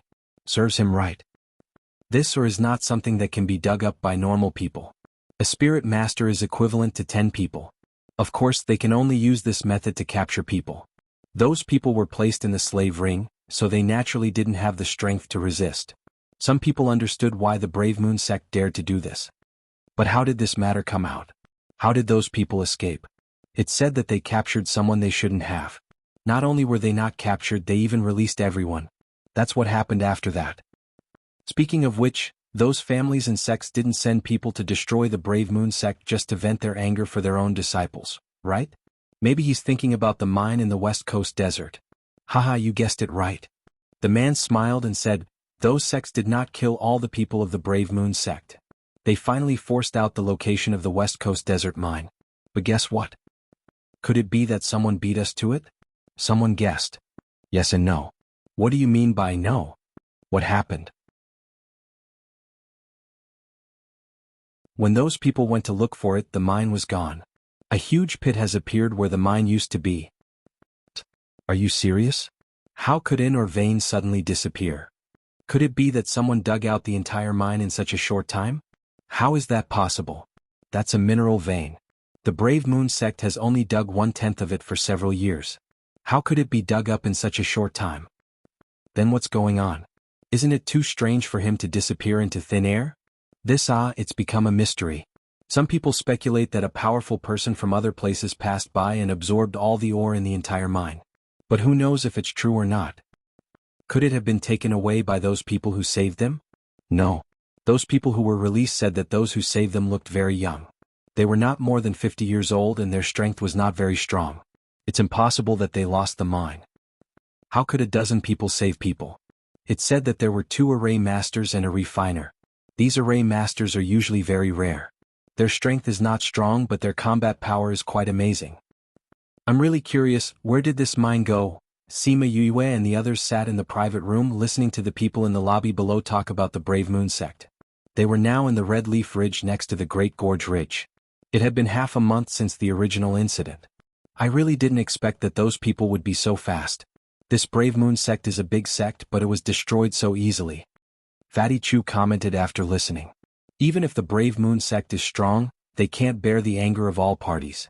Even those who are weaker will use the excuse of venting their anger for their own sect members after hearing that they have such a large mine. If they don't put in effort, how can they get a share of the pie? Therefore, there were surprisingly many people who came to suppress the Brave Moon sect this time. This Brave Moon sect was naturally destroyed very quickly. However, the final result was very surprising. The mine was gone.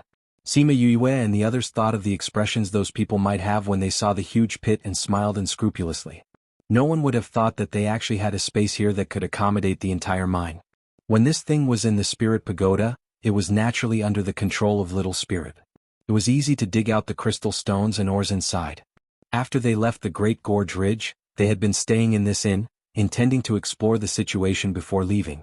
Now that they heard that the matter did not affect them, they could go out with peace of mind. They had accepted the mission of the academy, so it was not good to stay outside for too long. So everyone planned to continue to set off for the dark forest. After staying here for a few days, they had already figured out the location of the dark forest. They could take the teleportation array from here to Qing City, which was the closest to the dark forest. Then they could take a flying beast and fly for 8 to 10 days. The dark forest and the West Coast desert were both uninhabited areas. There were no cities inside and the area was vast. It was easy to get lost after entering. Once lost, it would take 8 to 10 years to get out. But those who got lost did not come out for 8 to 10 years because there were many spirit beasts inside. Once they stepped into a place that they should not step into, the consequences were self-evident. After Sima Yue and the others arrived at Qing City, they did not rush to the dark forest. Instead, they found an inn to stay in. Then Sima Yue, Bei Gong Tang and Little Seven went out together. They asked the innkeeper for the location of the Xianyuan Pavilion in Qing City. They learned that it was only 2 streets away, so they planned to walk there slowly. After walking for half an hour, they saw the signboard of the Xianyuan Pavilion. When they entered the door, a man brushed past them. That person was wearing a cloak, covering his entire body. But when he passed by, his sharp chin was exposed.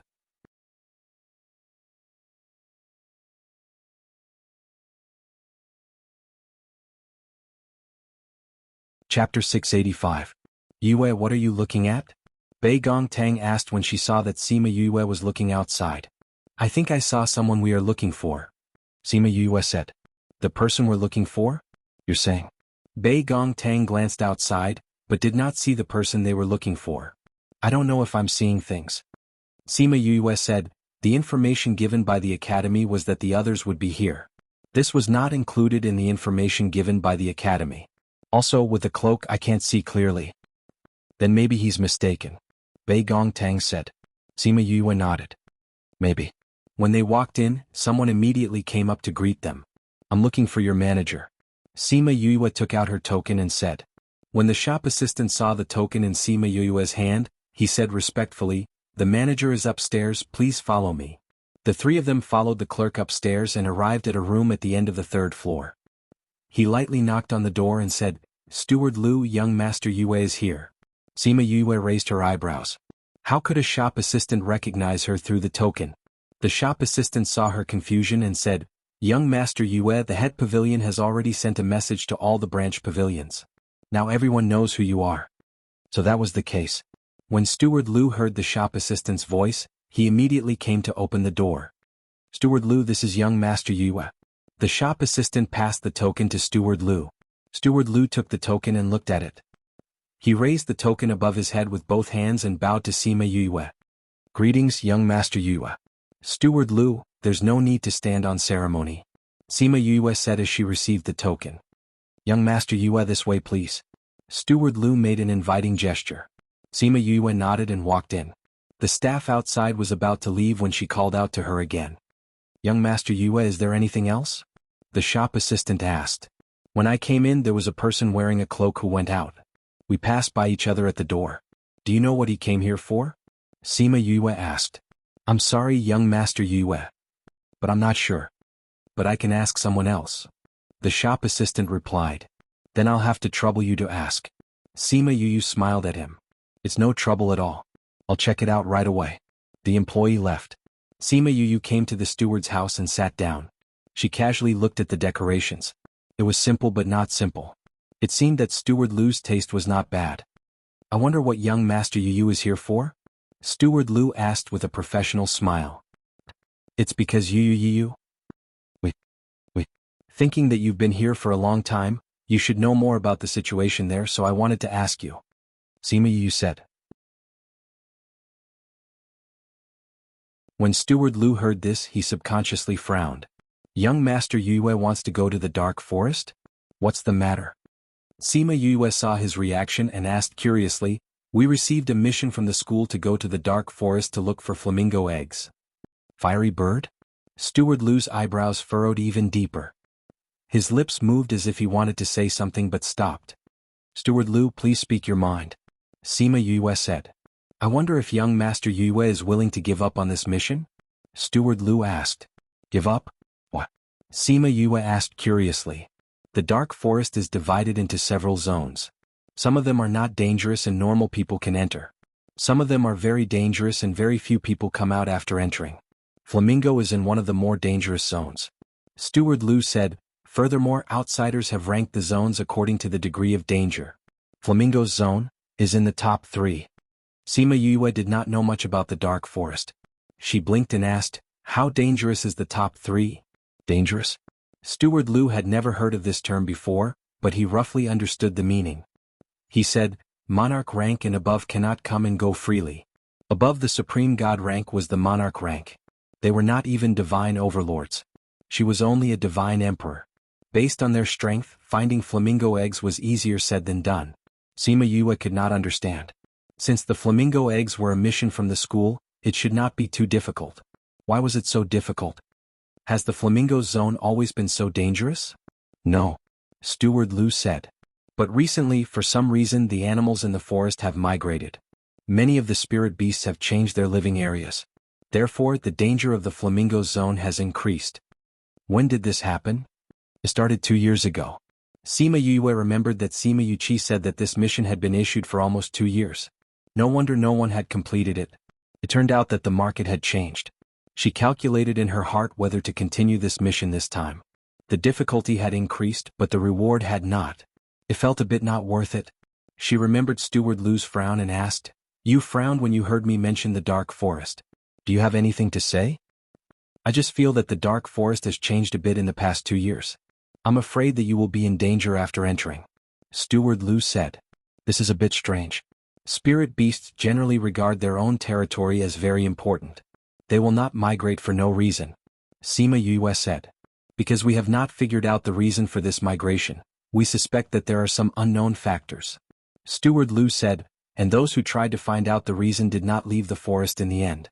So I'm worried that if young Master Yue goes, it will be too dangerous. Sima Yue glanced at Bei Gongtang. Both of them had a serious look in their eyes. Yue, why don't we reconsider? I have to go back and discuss with my brothers before making a decision. Sima Yue said, Steward Liu, can you tell us the details of the dark forest? We will take it back and analyze the situation. Okay. Half an hour later, Steward Liu personally sent Sima Yue and the rest downstairs. Young Master Yue, if there is anything else, just let us know. Steward Liu said. Thank you, Steward Liu. No problem, no problem. These are all things that we should do. Sima Yue went downstairs. The shop assistant from before came up and handed a piece of paper to Sima Yue saying, Young Master Yue, this is what you wanted just now. Thank you. Sima Yue took the paper and looked at it. Her gaze darkened. Then she kept the paper quietly and held Little Seven's hand as they left Shen Yuan Pavilion.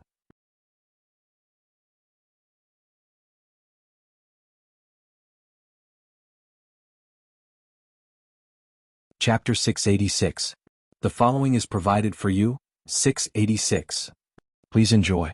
Yu and the other two left the Shen Yuan Pavilion and quickly returned to the inn where they were staying. Along the way, the three of them didn't talk about the information on the note. Instead, they talked about the dark forest for a while. When they reached the room, Bei Gongtang asked her what was written on the note. Sima Yu gave her the note. Sima Yuqi and the others also surrounded them. When they saw the content on the note, everyone was petrified. No way we're so lucky? Out of the 10 targets, 8 came? Fatty Chu cried out after reading the contents of the slip of paper. Don't you think it's strange that these people appeared in Green City? Sima Yu asked. What's strange about this? Fatty Chu didn't think much of it. Since these people are full of evil, it's possible that they know each other. Since they know each other, it's normal to come here together. This is the nearest city to the dark forest. Maybe they want to go to the dark forest? You may not know what happened in the dark forest. What happened? Sima Yu told them the news she got from the Shen Yuan Pavilion and said, now the situation here has changed. We need to think about whether we should enter the forest or not.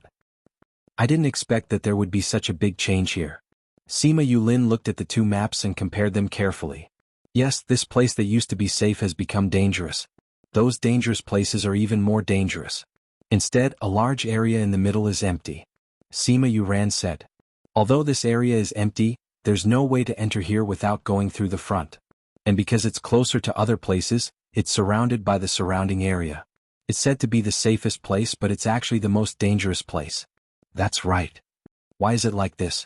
It feels like it's protecting the place in the middle. Sima Yuchi said. Let's not care about the area in the middle first. Looking at the map, the position of the flamingo hasn't changed much. But there are many spirit beasts around, making the area dangerous. Sima Yu said. If we want to enter this place to steal the eggs, I'm afraid that before we get close, we'll be torn apart by the spirit beasts in front. So dangerous. Everyone sucked in a deep breath and Sima Yuming said, Then are we going to give up on this mission? Do you guys want to give up? Sima Yue looked at everyone and asked. This mission is based on the previous one. If you want to go in now, the difficulty will increase significantly. Wei Ziqi said, With our current strength, let's not even talk about whether or not we can successfully obtain the flamingo eggs. Whether or not we can escape unscathed is still an unknown. I think so too. Fatty Chu agreed. Say, do you all think that the appearance of the 8 great evildoers here is related to the change in the dark forest? Wang Fei said. When he said that, everyone was stunned. It's not impossible. Sima Yulin said. When you went out, we heard a few of the waiters talking. They said that there were quite a few foreigners coming to Qing City recently. Wei Ziqi said. This Qing City was originally the closest place to the dark forest. There will always be many people coming here. Bei Gongtang said. No, ever since the changes in the dark forest 2 years ago, there have been fewer people coming to Qingqing. I heard the waiters say that it has only become popular recently. It seems that after 2 years of silence, this place suddenly regained its original liveliness. Sima Yulu said. If you say it like that, it is indeed strange. Sima Yue said. What should we do next? There have been changes in the 2 missions we received. Sima Yuming looked at everyone and asked. It's all changed. I only knew that there were 1 or 2 nearby. I didn't expect that there would be 8 of them. And I feel that since these 8 people are here, the other 2 should be here as well. Sima Yue touched the blood ring on her hand and pondered. We originally said that if we met 1, we would kill 1. If we met 2, we would kill 2. Now that there are so many, do we still have to act? The 10 great evildoers have a good relationship with each other. Fatty Chu asked. Let's go and meet them first. Sima Yulin said, I heard that they each have their own abilities. When they are together, they are even more powerful. Let's try 1 or 2 of them. What you mean is that if we can deal with them, we will carry out the second mission. Sima Yuran asked. Let's test the waters. If it is difficult, we will give up on these 2 missions. If we can deal with them, we won't have to return empty-handed. Sima Yulin expressed his thoughts. It's not necessarily impossible to get the flamingo eggs. Sima Yue said. Do you want them to send it out? Fatty Chu asked. But Little Rock is not here. We can't let the flamingo give me the eggs. Bei Gongtang said. Wasn't it still early when we left here? Sima Yue said, maybe Little Rock will be back. Also, I am more interested in this dark forest. Even if we don't go to the flamingo's territory, we can still go in and take a look. Yes, even if we don't go deep, we can still go in and take a look. Wei Ziqi said. But recently this place has become so abnormal. Something must have happened. If we go in, will we encounter any danger? Sima Yuchi was a little worried. Then let's see the situation first. Okay. So they stayed in the inn and waited to see what would happen next. During this period, Sima Yue went to the Shenyuan Pavilion twice and got a lot of news. The 2 most important pieces were about the recent situation in the dark forest and the 10 great villains. Waiter check-in. 20 of the best rooms. A group of people dressed in white walked over and ordered the waiter. The waiter looked at the clothes of these people and his heart thumped. He quickly walked up and bowed to them, saying, It turns out to be the lords of the Sage Pavilion. I'm really sorry. There have been too many guests recently and there are not so many rooms. When the man in the lead heard this, he immediately exploded and shouted, What? Not so many rooms? You know that we are from the Sage Pavilion and you still dare to say this? It's true, Lord. There have been more guests here recently. We are full. The waiter trembled. You, senior brother, forget it. Don't stir up trouble. Otherwise, master will blame us. A girl stopped him. The man snorted coldly at the waiter. The girl smiled and asked the waiter, How many rooms do you have here? Sima Yue heard this voice and couldn't help but raise her eyebrows. This voice was a little familiar. I love my academy. Actively cooperate with this special campaign to combat obscene and pornographic information on the internet. Thank you everyone.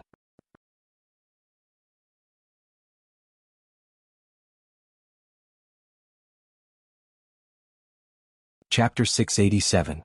When the waiter saw the woman's smiling face, he could feel the pure and holy aura emitted from her body. He was already drunk. "Waiter?" the woman urged. "Oh, we only have 4 third-class rooms here." The waiter came back to his senses and replied with a red face.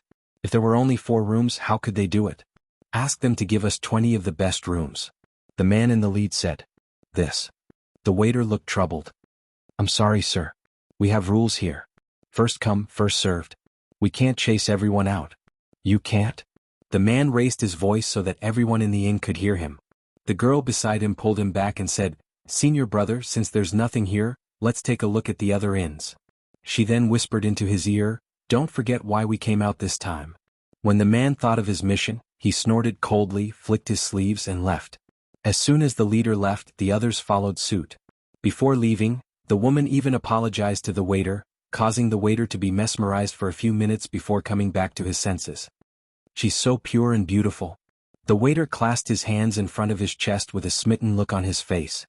Coincidentally, the shopkeeper came in from the backyard and saw the waiter in a daze in the lobby. He walked over and slapped the waiter's head, roaring, "Why aren't you working? You're just standing here like a statue." The waiter pursed his lips and went back to work. Before he started, he looked outside reluctantly. "I really didn't expect them to come here. She's actually so powerful," Fatty Chu said. "That's right. The continent is so big. I didn't expect to encounter one in just a few years. Nalan Lan, I wonder how you will react when we meet?" Sima Yue said softly. "I saw that Nalan Lan's words just now were very effective. It seems that she has been doing quite well in the Sage Pavilion these few years." Bei Gong Tang held the teacup but did not drink it. The girl who had spoken earlier was Nalan Lan. Her senior brother was a disciple of one of the pavilion masters of the Sage Pavilion, but he wasn't a holy son of the Sage Pavilion. From the looks of it, they are also here for the Dark Forest. I don't know what's inside for so many people to come over. Wei Ziqi had some doubts but was more curious. "Speaking of which, there's something I haven't told you yet." Sima Yue took out a stack of papers. "This is the information recently collected by the Xinyuan Pavilion. People outside thought that a mysterious auspicious beast appeared in the Dark Forest, which led to the changes in the Dark Forest in the past 2 years. A lot of people have come recently, all for this auspicious beast. When the people from the Sage Pavilion entered the shop, she had just returned from the Xianyuan Pavilion. She had just entered the house when she heard their voices, so she hadn't been in a hurry to tell them the news." Did an auspicious beast really appear in the heart of the forest?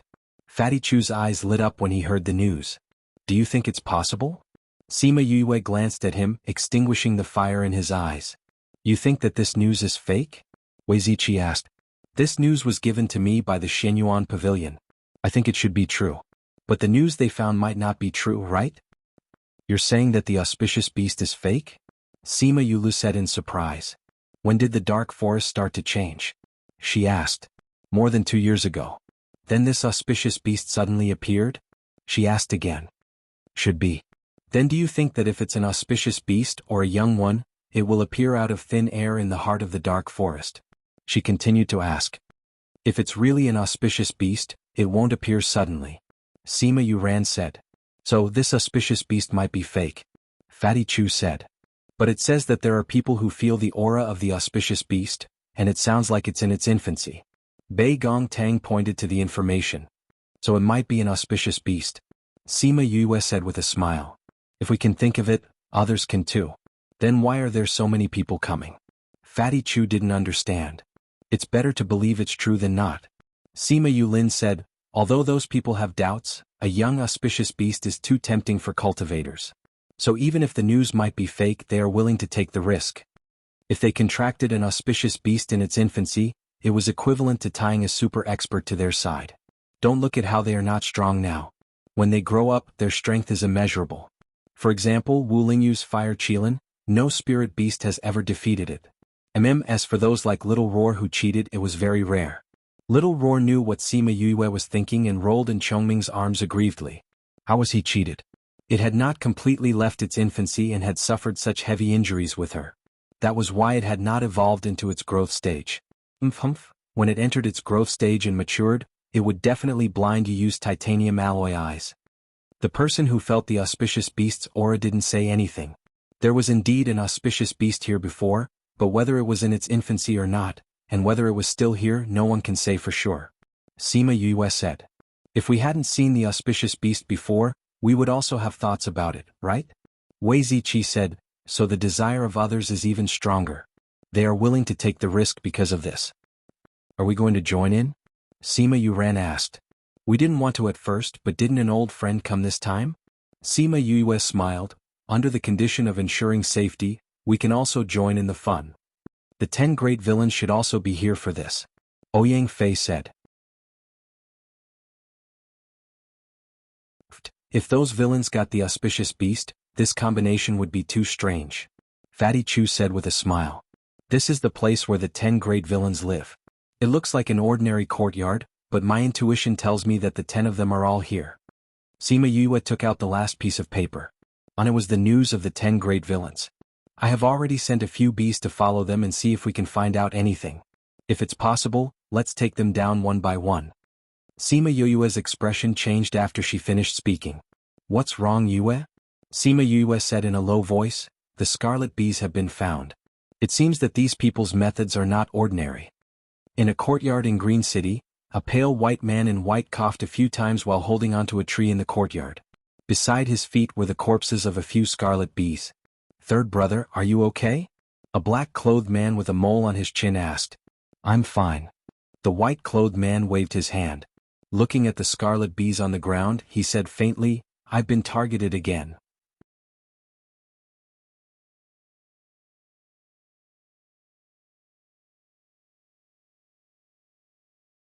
Chapter 688. A blue-robed man walked into the courtyard. Following their gaze, he saw the scarlet bees on the ground, and his pupils constricted. Explosive crazy wife. Divine Doctor 5th Miss Chapter 688. We've already been so secretive. How could we still be targeted? Yu Si, who had just entered the courtyard, said. This method is much better than before. If I hadn't accidentally seen it, I wouldn't have discovered this thing. Shi Qin coughed twice and said. Third brother, you're not feeling well. You should go back to the house. Ine wanted to go forward to support Shi Qin, but Shi Qin waved his hand. It doesn't matter. My body won't last much longer anyway. Shi Qin squatted down and picked up a scarlet bee, playing with it in his hand. Fourth brother, do you know what this is? It's just an ordinary bee. Ine said. Sixth brother, this is no ordinary bee. Yu Si knocked on Ni's head, then answered Shi Qin's question. This bee can hide from a person's spiritual consciousness. It's definitely not an ordinary bee. Sixth brother, you should learn from your fourth brother. Don't just look at the surface of things. Shi Qin said. Not an ordinary bee? Then what is this? Ine asked. This should be the extinct scarlet bee of the continent. Shi Qin said faintly. Scarlet bee? Ine cried out. He looked at the scarlet bee in Shi Qin's hand in disbelief. Then he squatted down and picked one up. This is a scarlet bee? Scarlet bees are so precious, why would someone use them to track us? This means that the person watching us from behind is definitely not an ordinary person. Yu Si said what Shi Qin was thinking. Those people outside are really abominable. We only killed some people who deserved to be killed, but we were rumored to be one of the 10 great evils. How abominable. That's why those doctors and alchemists are unwilling to treat third brother. Ine said hatefully. Shi Qin slowly walked to a chair in the courtyard and lay down saying, this is just someone trying to frame us behind our backs. The world has never seen us before and will be misled by rumors. We can't control it. Those fools. Forget it. Didn't we do some ruthless things before? Shi Qin was quite open-minded. But third brother, your body? Yu Si looked at him worriedly. We'll stall for as long as we can. Shi Qin said lightly. Where's little 10? 10th brother went to the dark forest, saying that he wanted to find a medicinal ingredient that could prevent your illness from worsening. Yu Si said. Did 10th brother go alone? Shi Qin asked. 5th brother, 7th brother, 8th brother, and 9th brother are also going. Ine said, 10th brother is not strong, how can we let him go alone? Third brother, don't worry. This time, as long as we catch that auspicious beast and you drink its blood, your old illness will definitely be cured. Yu Si comforted him. I'd rather you guys not get involved in this mess. Shi Qin still disagreed with this matter. Third brother, don't say that. As long as you can recover, even if we have to go through fire and water, we won't even blink an eye. And I said, moreover, this is what big brother and second brother want. Big brother, second brother, sigh.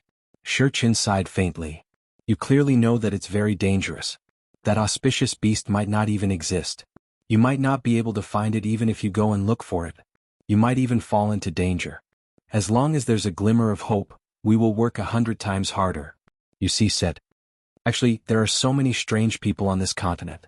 There are still some people who can treat your illness. It's a pity that they are burdened by our reputation. Those people are afraid of us and you don't allow us to be strong forever. That's why it's getting worse and worse. And I said unhappily. His words were full of complaints towards Shurchin. Of course, they didn't blame him for bringing them trouble.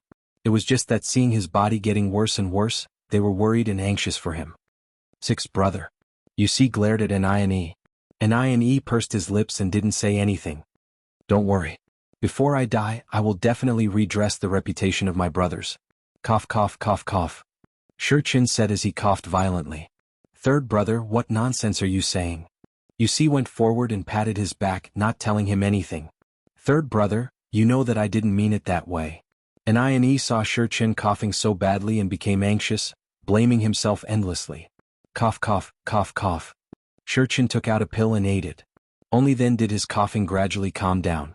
Seeing the uneasiness on An's face, he said, Sixth brother, don't blame yourself. I didn't mean to blame you. Third brother? And was still blaming himself. Just now he was afraid that third brother would vomit blood. That look was so scary.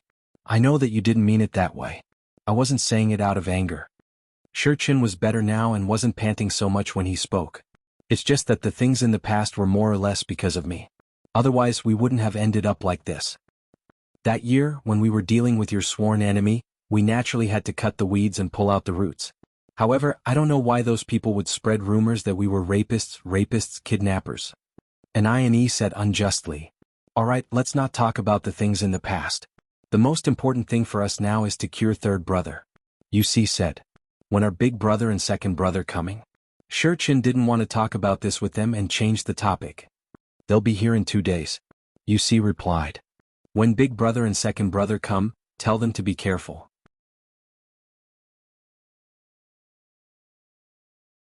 If there are people like this, they might have their eyes on them. Shurchin lowered his head and looked at the scarlet bee in his hand. With these people around, will there be any danger? And looked at him and said. Don't know. This was the first time that Shurchin wasn't sure about this loss. Alright, you guys go do what you need to do. I'll stay here and bask in the sun for a while. Alright, third brother? Yes, third brother. The group of people left and didn't notice that on the roof, there was a bee lying motionlessly on the roof. Sima Yue was staying in the inn. After hearing the news from the scarlet bee, her heart was filled with emotions. What's wrong, Yue? Sigh. Sima Yue sighed and told her the news that she had just heard. This is really too inconceivable. After everyone heard it, they were speechless. Only Fatty Chu smacked his lips and sighed. I initially thought that they were really evil people. I didn't think that the truth would be like this. Wei Ziqi said. If they were really evil people, killing them would be considered as getting rid of evil for the people. But now that we know that it's just a rumor, I'm afraid that we can't do it. Sima Yulin said. Those evil people are really, how can they not live up to their name? Fatty Chu sighed once again. Bei Gong Tang couldn't help but hit Fatty Chu on the head. These evil people aren't evil people, but they're bad people? If they're not evil people, that means that the rumor is fake. If those things are fake, then the people who were tortured and killed in the rumor don't exist. That's true, hee. Fatty Chu laughed foolishly. Fifth bro, what are you thinking about? Sima Yuran saw that Sima Yue was deep in thought and asked.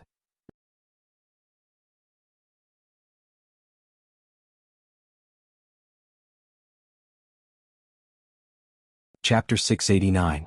Sima Yue looked up and saw that everyone was looking at her. She blinked and smiled. Nothing. Every time you have something on your mind, you will rub your nose with your hand. Sima Yuran said. Sima Yue's hand, which was touching her nose, paused. She did not know if she should let go of her hand or not. Fifth bro, what are you thinking? Sima Yuchi was curious as well. Sima Yue put down her hand, hesitated for a moment and said, Feng and I have an idea, but we haven't told you. Originally, I was thinking of telling you about it in the future, but there's no harm in telling you now. Why Yue, you guys are still hiding something from us? Fatty Chu cried out. Sima Yue glared at him and said, I don't want to drag you guys down with me. Why, you want to do something bad? Fatty Chu jumped up. If you keep spouting nonsense, I'll beat you up. Sima Yue waved her fist and Fatty Chu immediately sat back down. Yue, what are you trying to do? Why are you hiding it from us? This was also what the others wanted to ask her. It's like this. As you know, Feng Er and I have a very strong enemy. In order to take revenge in the future, we decided to form a force. Sima Yue said. Build a force? This is a good thing. Why did you hide it from us? Sima Yue chuckled. Fourth bro, if the matter of forming a force was so simple, why would fifth bro hide it from us? Sima Yuran said, I'm guessing that this matter isn't so simple, right? That's right. Sima Yue nodded. If we go against the Yin Yang Palace and the Zhongzheng clan in the future, it will definitely be a matter of life and death. Therefore, we don't intend to find ordinary people. Not an ordinary person? Sima Yue nodded. We want to build a group of people who are not afraid of death. In the future they will have to face life and death. So you didn't plan to tell us about this because you were afraid of implicating us? Sima Yuming said. Sima Yue nodded. That was exactly what she meant. That's why you're interested in the 10 great evildoers. Sima Yulin said with certainty. Yes, since those people aren't really bad people but they have a reputation. With just the 10 of them, they were able to coexist peacefully after being hunted down for so many years. Presumably, each of them had some ability. My scarlet bees have been around for so many years, when have they ever been discovered? If I hadn't purposely separated them this time, I wouldn't have heard any news about them. Then what do you plan to do? Sima Yuchi asked. Sima Yue raised her eyebrows. Was he planning to get involved? Big brother, since it's your problem, it's naturally our brother's problem as well. No matter how difficult it is in the future, we will face it with you. Sima Yuchi looked at her steadily. That's right, fifth bro. You're in the wrong. You should have told us about this earlier.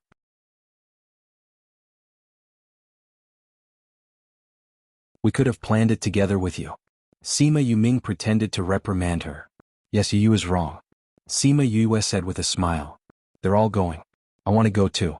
When the time comes, if you want to create a branch hall, I'll be the hall master. Fatty Chu said with a smile. Since everyone is going, we've always been together. Naturally, we won't be lacking. Wei Ziqi added. Bei Gong Tang and Ouyang Fei nodded as well. You guys. Sima Yue looked at their resolute eyes and was moved. Do you know that once you get involved, it'll be very dangerous? We understand. I want to go too, I want to go too. Little Seven jumped up. Little Seven, you want to go too? Fatty Chu looked at her strangely. Why can't I come? Little Seven put her hands on her hips and glared at Fatty Chu. Can you come? Sima Yue joined in. Why can't I come? Little Seven glared again.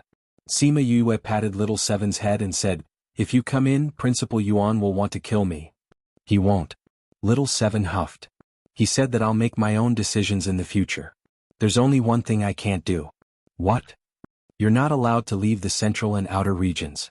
If you want to leave these two regions, you have to tell him. Little Seven sat back in her seat and said while swinging her short legs. Everyone looked at her with deep meaning. Sima Yue told them before that Little Seven's identity was not simple. Now that they heard what she said, they were even more curious about her identity. Since Principal Yuan has already said so, you can join in if you want. But you have to promise me one thing. Otherwise I won't let you join in. Sima Yue said. What condition? No matter what happens in the future, you can't tell anyone.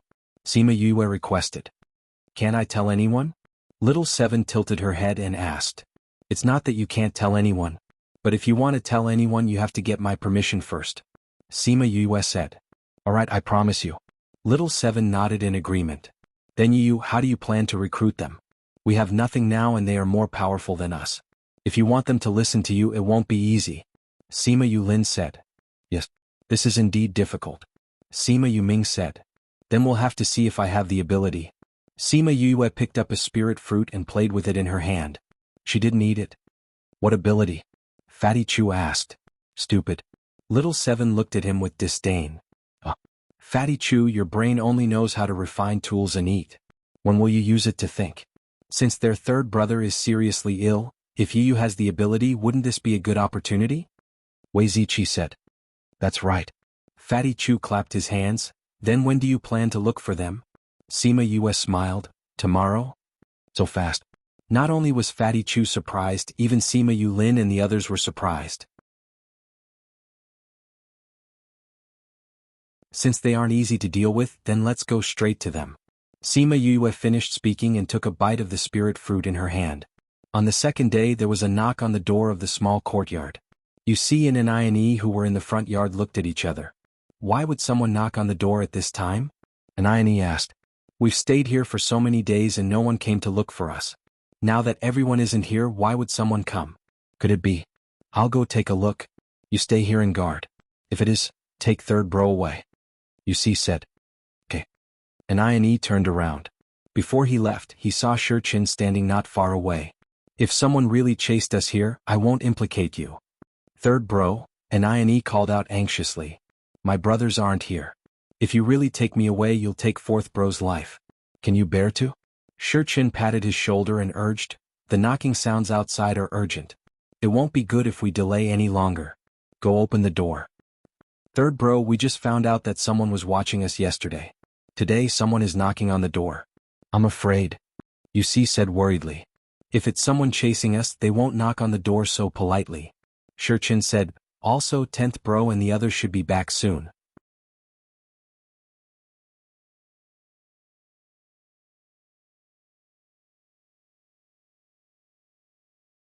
Chapter 690. Crazy Wife, 5th Miss Miracle Doctor Crazy Wife, 5th Miss Miracle Doctor Crazy Wife, 5th Miss Miracle Doctor 690. The newest version of Readable Chinese Network. Welcome to Readable Chinese Network. Crazy Wife, Godly Physician 5th Young Mistress No Pop-Up Window Reading Fan Bonewood's new book Crazy Wife, Godly Physician 5th Young Mistress Current Location, The Voice of God, Crazy Wife, 5th Miss of the Divine Doctor 1, 2, 3, Wink with a Frown, Chapter 690, Abduction 1, is provided for you. Please enjoy. Sima Yue stood outside the door. The little golden snake had come out to play today, so she had no choice but to call it out and play with it in her hands. The little golden snake coiled around Sima Yue's finger and licked her other finger from time to time. Yue, is there any use knocking on the door like this? Bei Gong Tang asked when she saw that Sima Yue was only lowering her head to play with the little golden snake. You'll know in a while whether it's useful or not.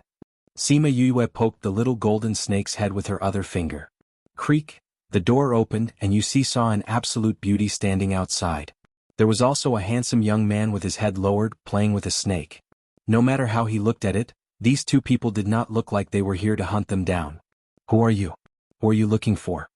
Wuxia still looked at them warily. We're looking for your third brother. Bei Gong Tang said with a smile. Looking for my third brother? What business do you have? Wuxia asked again. To discuss some things. Bei Gong Tang didn't know what she was talking about. My third brother's health isn't good. It's not suitable for him to receive guests. Wuxia said as he moved to close the door. Fourth brother, let them in. Cough cough. Shurchin coughed a few times and instructed. Wuxia didn't understand, but he still opened the door. Please. Sima Yue poked little golden snake again before striding into the mansion. As they walked past the courtyard, they saw a sickly, pale, skinny man leaning against the door frame in the middle of the courtyard, looking at them calmly. What a gentle man. It seemed that not only was this rumor fake, it was also ridiculously fake. 1. Those bees are yours. This was the first thing Shurchin said when he saw Sima Yue. Sima Yue did not deny it. This man's eyes were very sharp, so it was not strange that he could guess that bee was hers. You're a guest. Please come to the living room for tea. Cough cough. Forget about drinking tea. I don't think you guys are in the mood to treat us to tea. Sima Yue said calmly. Why are you here? Annie stood beside Shurchin and stared at Sima Yue. He looked like he was going to beat her up if she didn't say anything. I'm here to talk business. Sima Yue wasn't intimidated by Annie's vicious aura as she smiled at Shurchin. What is it? You don't have much time left, do you? Sima Yue asked with a smile. How dare you?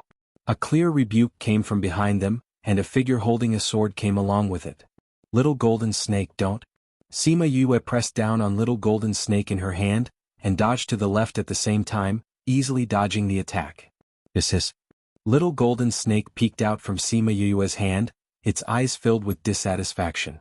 It clearly felt the murderous aura just now. Why did she press it down? It was unhappy. Sima Yue took out a pill for little golden snake to eat, and patted its head to appease the dissatisfaction in its eyes. Who are you guys? How dare you come here to cause trouble? Do you really think that us 10 brothers are easy to bully? The man holding the sword missed his attack, and was blocked by Nine. Of course, Nine was also following Shi Chen's instructions. 2. Third brother. The other men also walked in. When they saw Sima Yue and Bei Gong Tang, their eyes were filled with anger and vigilance. Don't be rash. Shi Chen raised his hand, stopping his brothers from getting angry. Third brother, who are these people? How dare they come here to cause trouble, saying that you don't have much time left? A man wearing a red robe glared at Sima Yue. We don't know who they are either. Shi Chen said, why don't you tell us who are you guys? Why are you guys so nervous? You guys are so much stronger than us, are you afraid that we'll hurt you? Sima Yue said. I have to say you guys are really brave to come here. I have to say you look really flashy when you're wearing a red robe. Sima Yue said calmly, alright, I'll tell you who we are. We're students from the Imperial Academy. Students? Nine looked at the two of them in surprise. Do you know who we are? We know you're one of the top 10 evildoers. Sima Yue said, our academy even gave out a mission to kill you guys. And we've even accepted a mission. A man wearing a blue robe laughed. How dare you come here after accepting a mission? Didn't I say that we're here to talk? Sima Yue said. So you're here to tell us that my third brother doesn't have much time left? The man in red robe shouted. I'm a doctor and also an alchemist. Sima Yue said. So you're here to treat my third brother? Yusi asked. That's right. Sima Yue nodded, but looking at his half-dead state, we don't know if he can be saved. Why should we believe you? The man in red did not believe her. You can only try. Sima Yue said, I think you guys don't have a choice now. Those doctors are either useless or unwilling to save him because of your reputation. Anyway, you won't be able to find anyone who can save him. That's why you're here. You know why we're here? Of course. Aren't you here for the rumored auspicious beast? Sima Yue said, unfortunately your last bet doesn't exist. What do you mean? It's literally what it means. Sima Yue said, you guys want to use the auspicious beast's blood to save him. That's why you guys don't care about the danger and gathered here. You have to know that there are many people who want to kill you. But does this auspicious beast really exist? Of course it exists. Someone once personally felt its aura. Nine said. The changes in the dark forest only appeared in the last 2 years. If there really is an auspicious beast, where did it come from? Will it always be here? Even if there really is an auspicious beast, you guys have seen how many people came from Qing City. How many powers are coveting it? Based on your 10 brothers' abilities, can you get it? Sima Yue said, sickly guy, you're a smart person. Do you think this auspicious beast exists? Shi Chen smiled bitterly, no. Seems like you're still a clear-headed person. Sima Yue looked at him approvingly, so, now that there's a doctor willing to take a look at you, shouldn't you guys seize this opportunity? Since it's an opportunity, of course we'll want to seize it. Shi Chen said, but if we have to pay an undesirable price for this opportunity, we'll have to reconsider this opportunity. That's right. If I want to talk to you about something, I'll have to examine you first to see if it's okay. If I can't do it, then there's no need for us to talk anymore. Sima Yue looked at Shi Chen. Are you willing to let me examine you? I love my academy. Actively cooperate with the special action to combat obscene and pornographic information on the internet. Thank you. 4. 5. Tip. Press the Enter key to return to the book list. Press key to return to the previous page. Press key to go to the next page. Read Crazy Wife, 5th Miss Godly Doctor. Please remember our address. Download Crazy Wife, 5th Miss Godly Doctor. Please go to 106636 5614313. The chapters of Crazy Wife, 5th Miss Godly Doctor were reprinted works. All the chapters were uploaded by netizens and reprinted on Zyred Chinese Network just to promote the book and let more readers enjoy it. You're tuning in to the Han Li's Wuxia Adventures YouTube channel. We're so grateful for your support, and don't forget to subscribe to join us on this incredible journey through captivating stories. Your generosity through donations truly makes a world of difference, as it's the primary source of revenue that allows me to expand and enhance this channel for you. Thank you from the bottom of my heart for being a part of this adventure.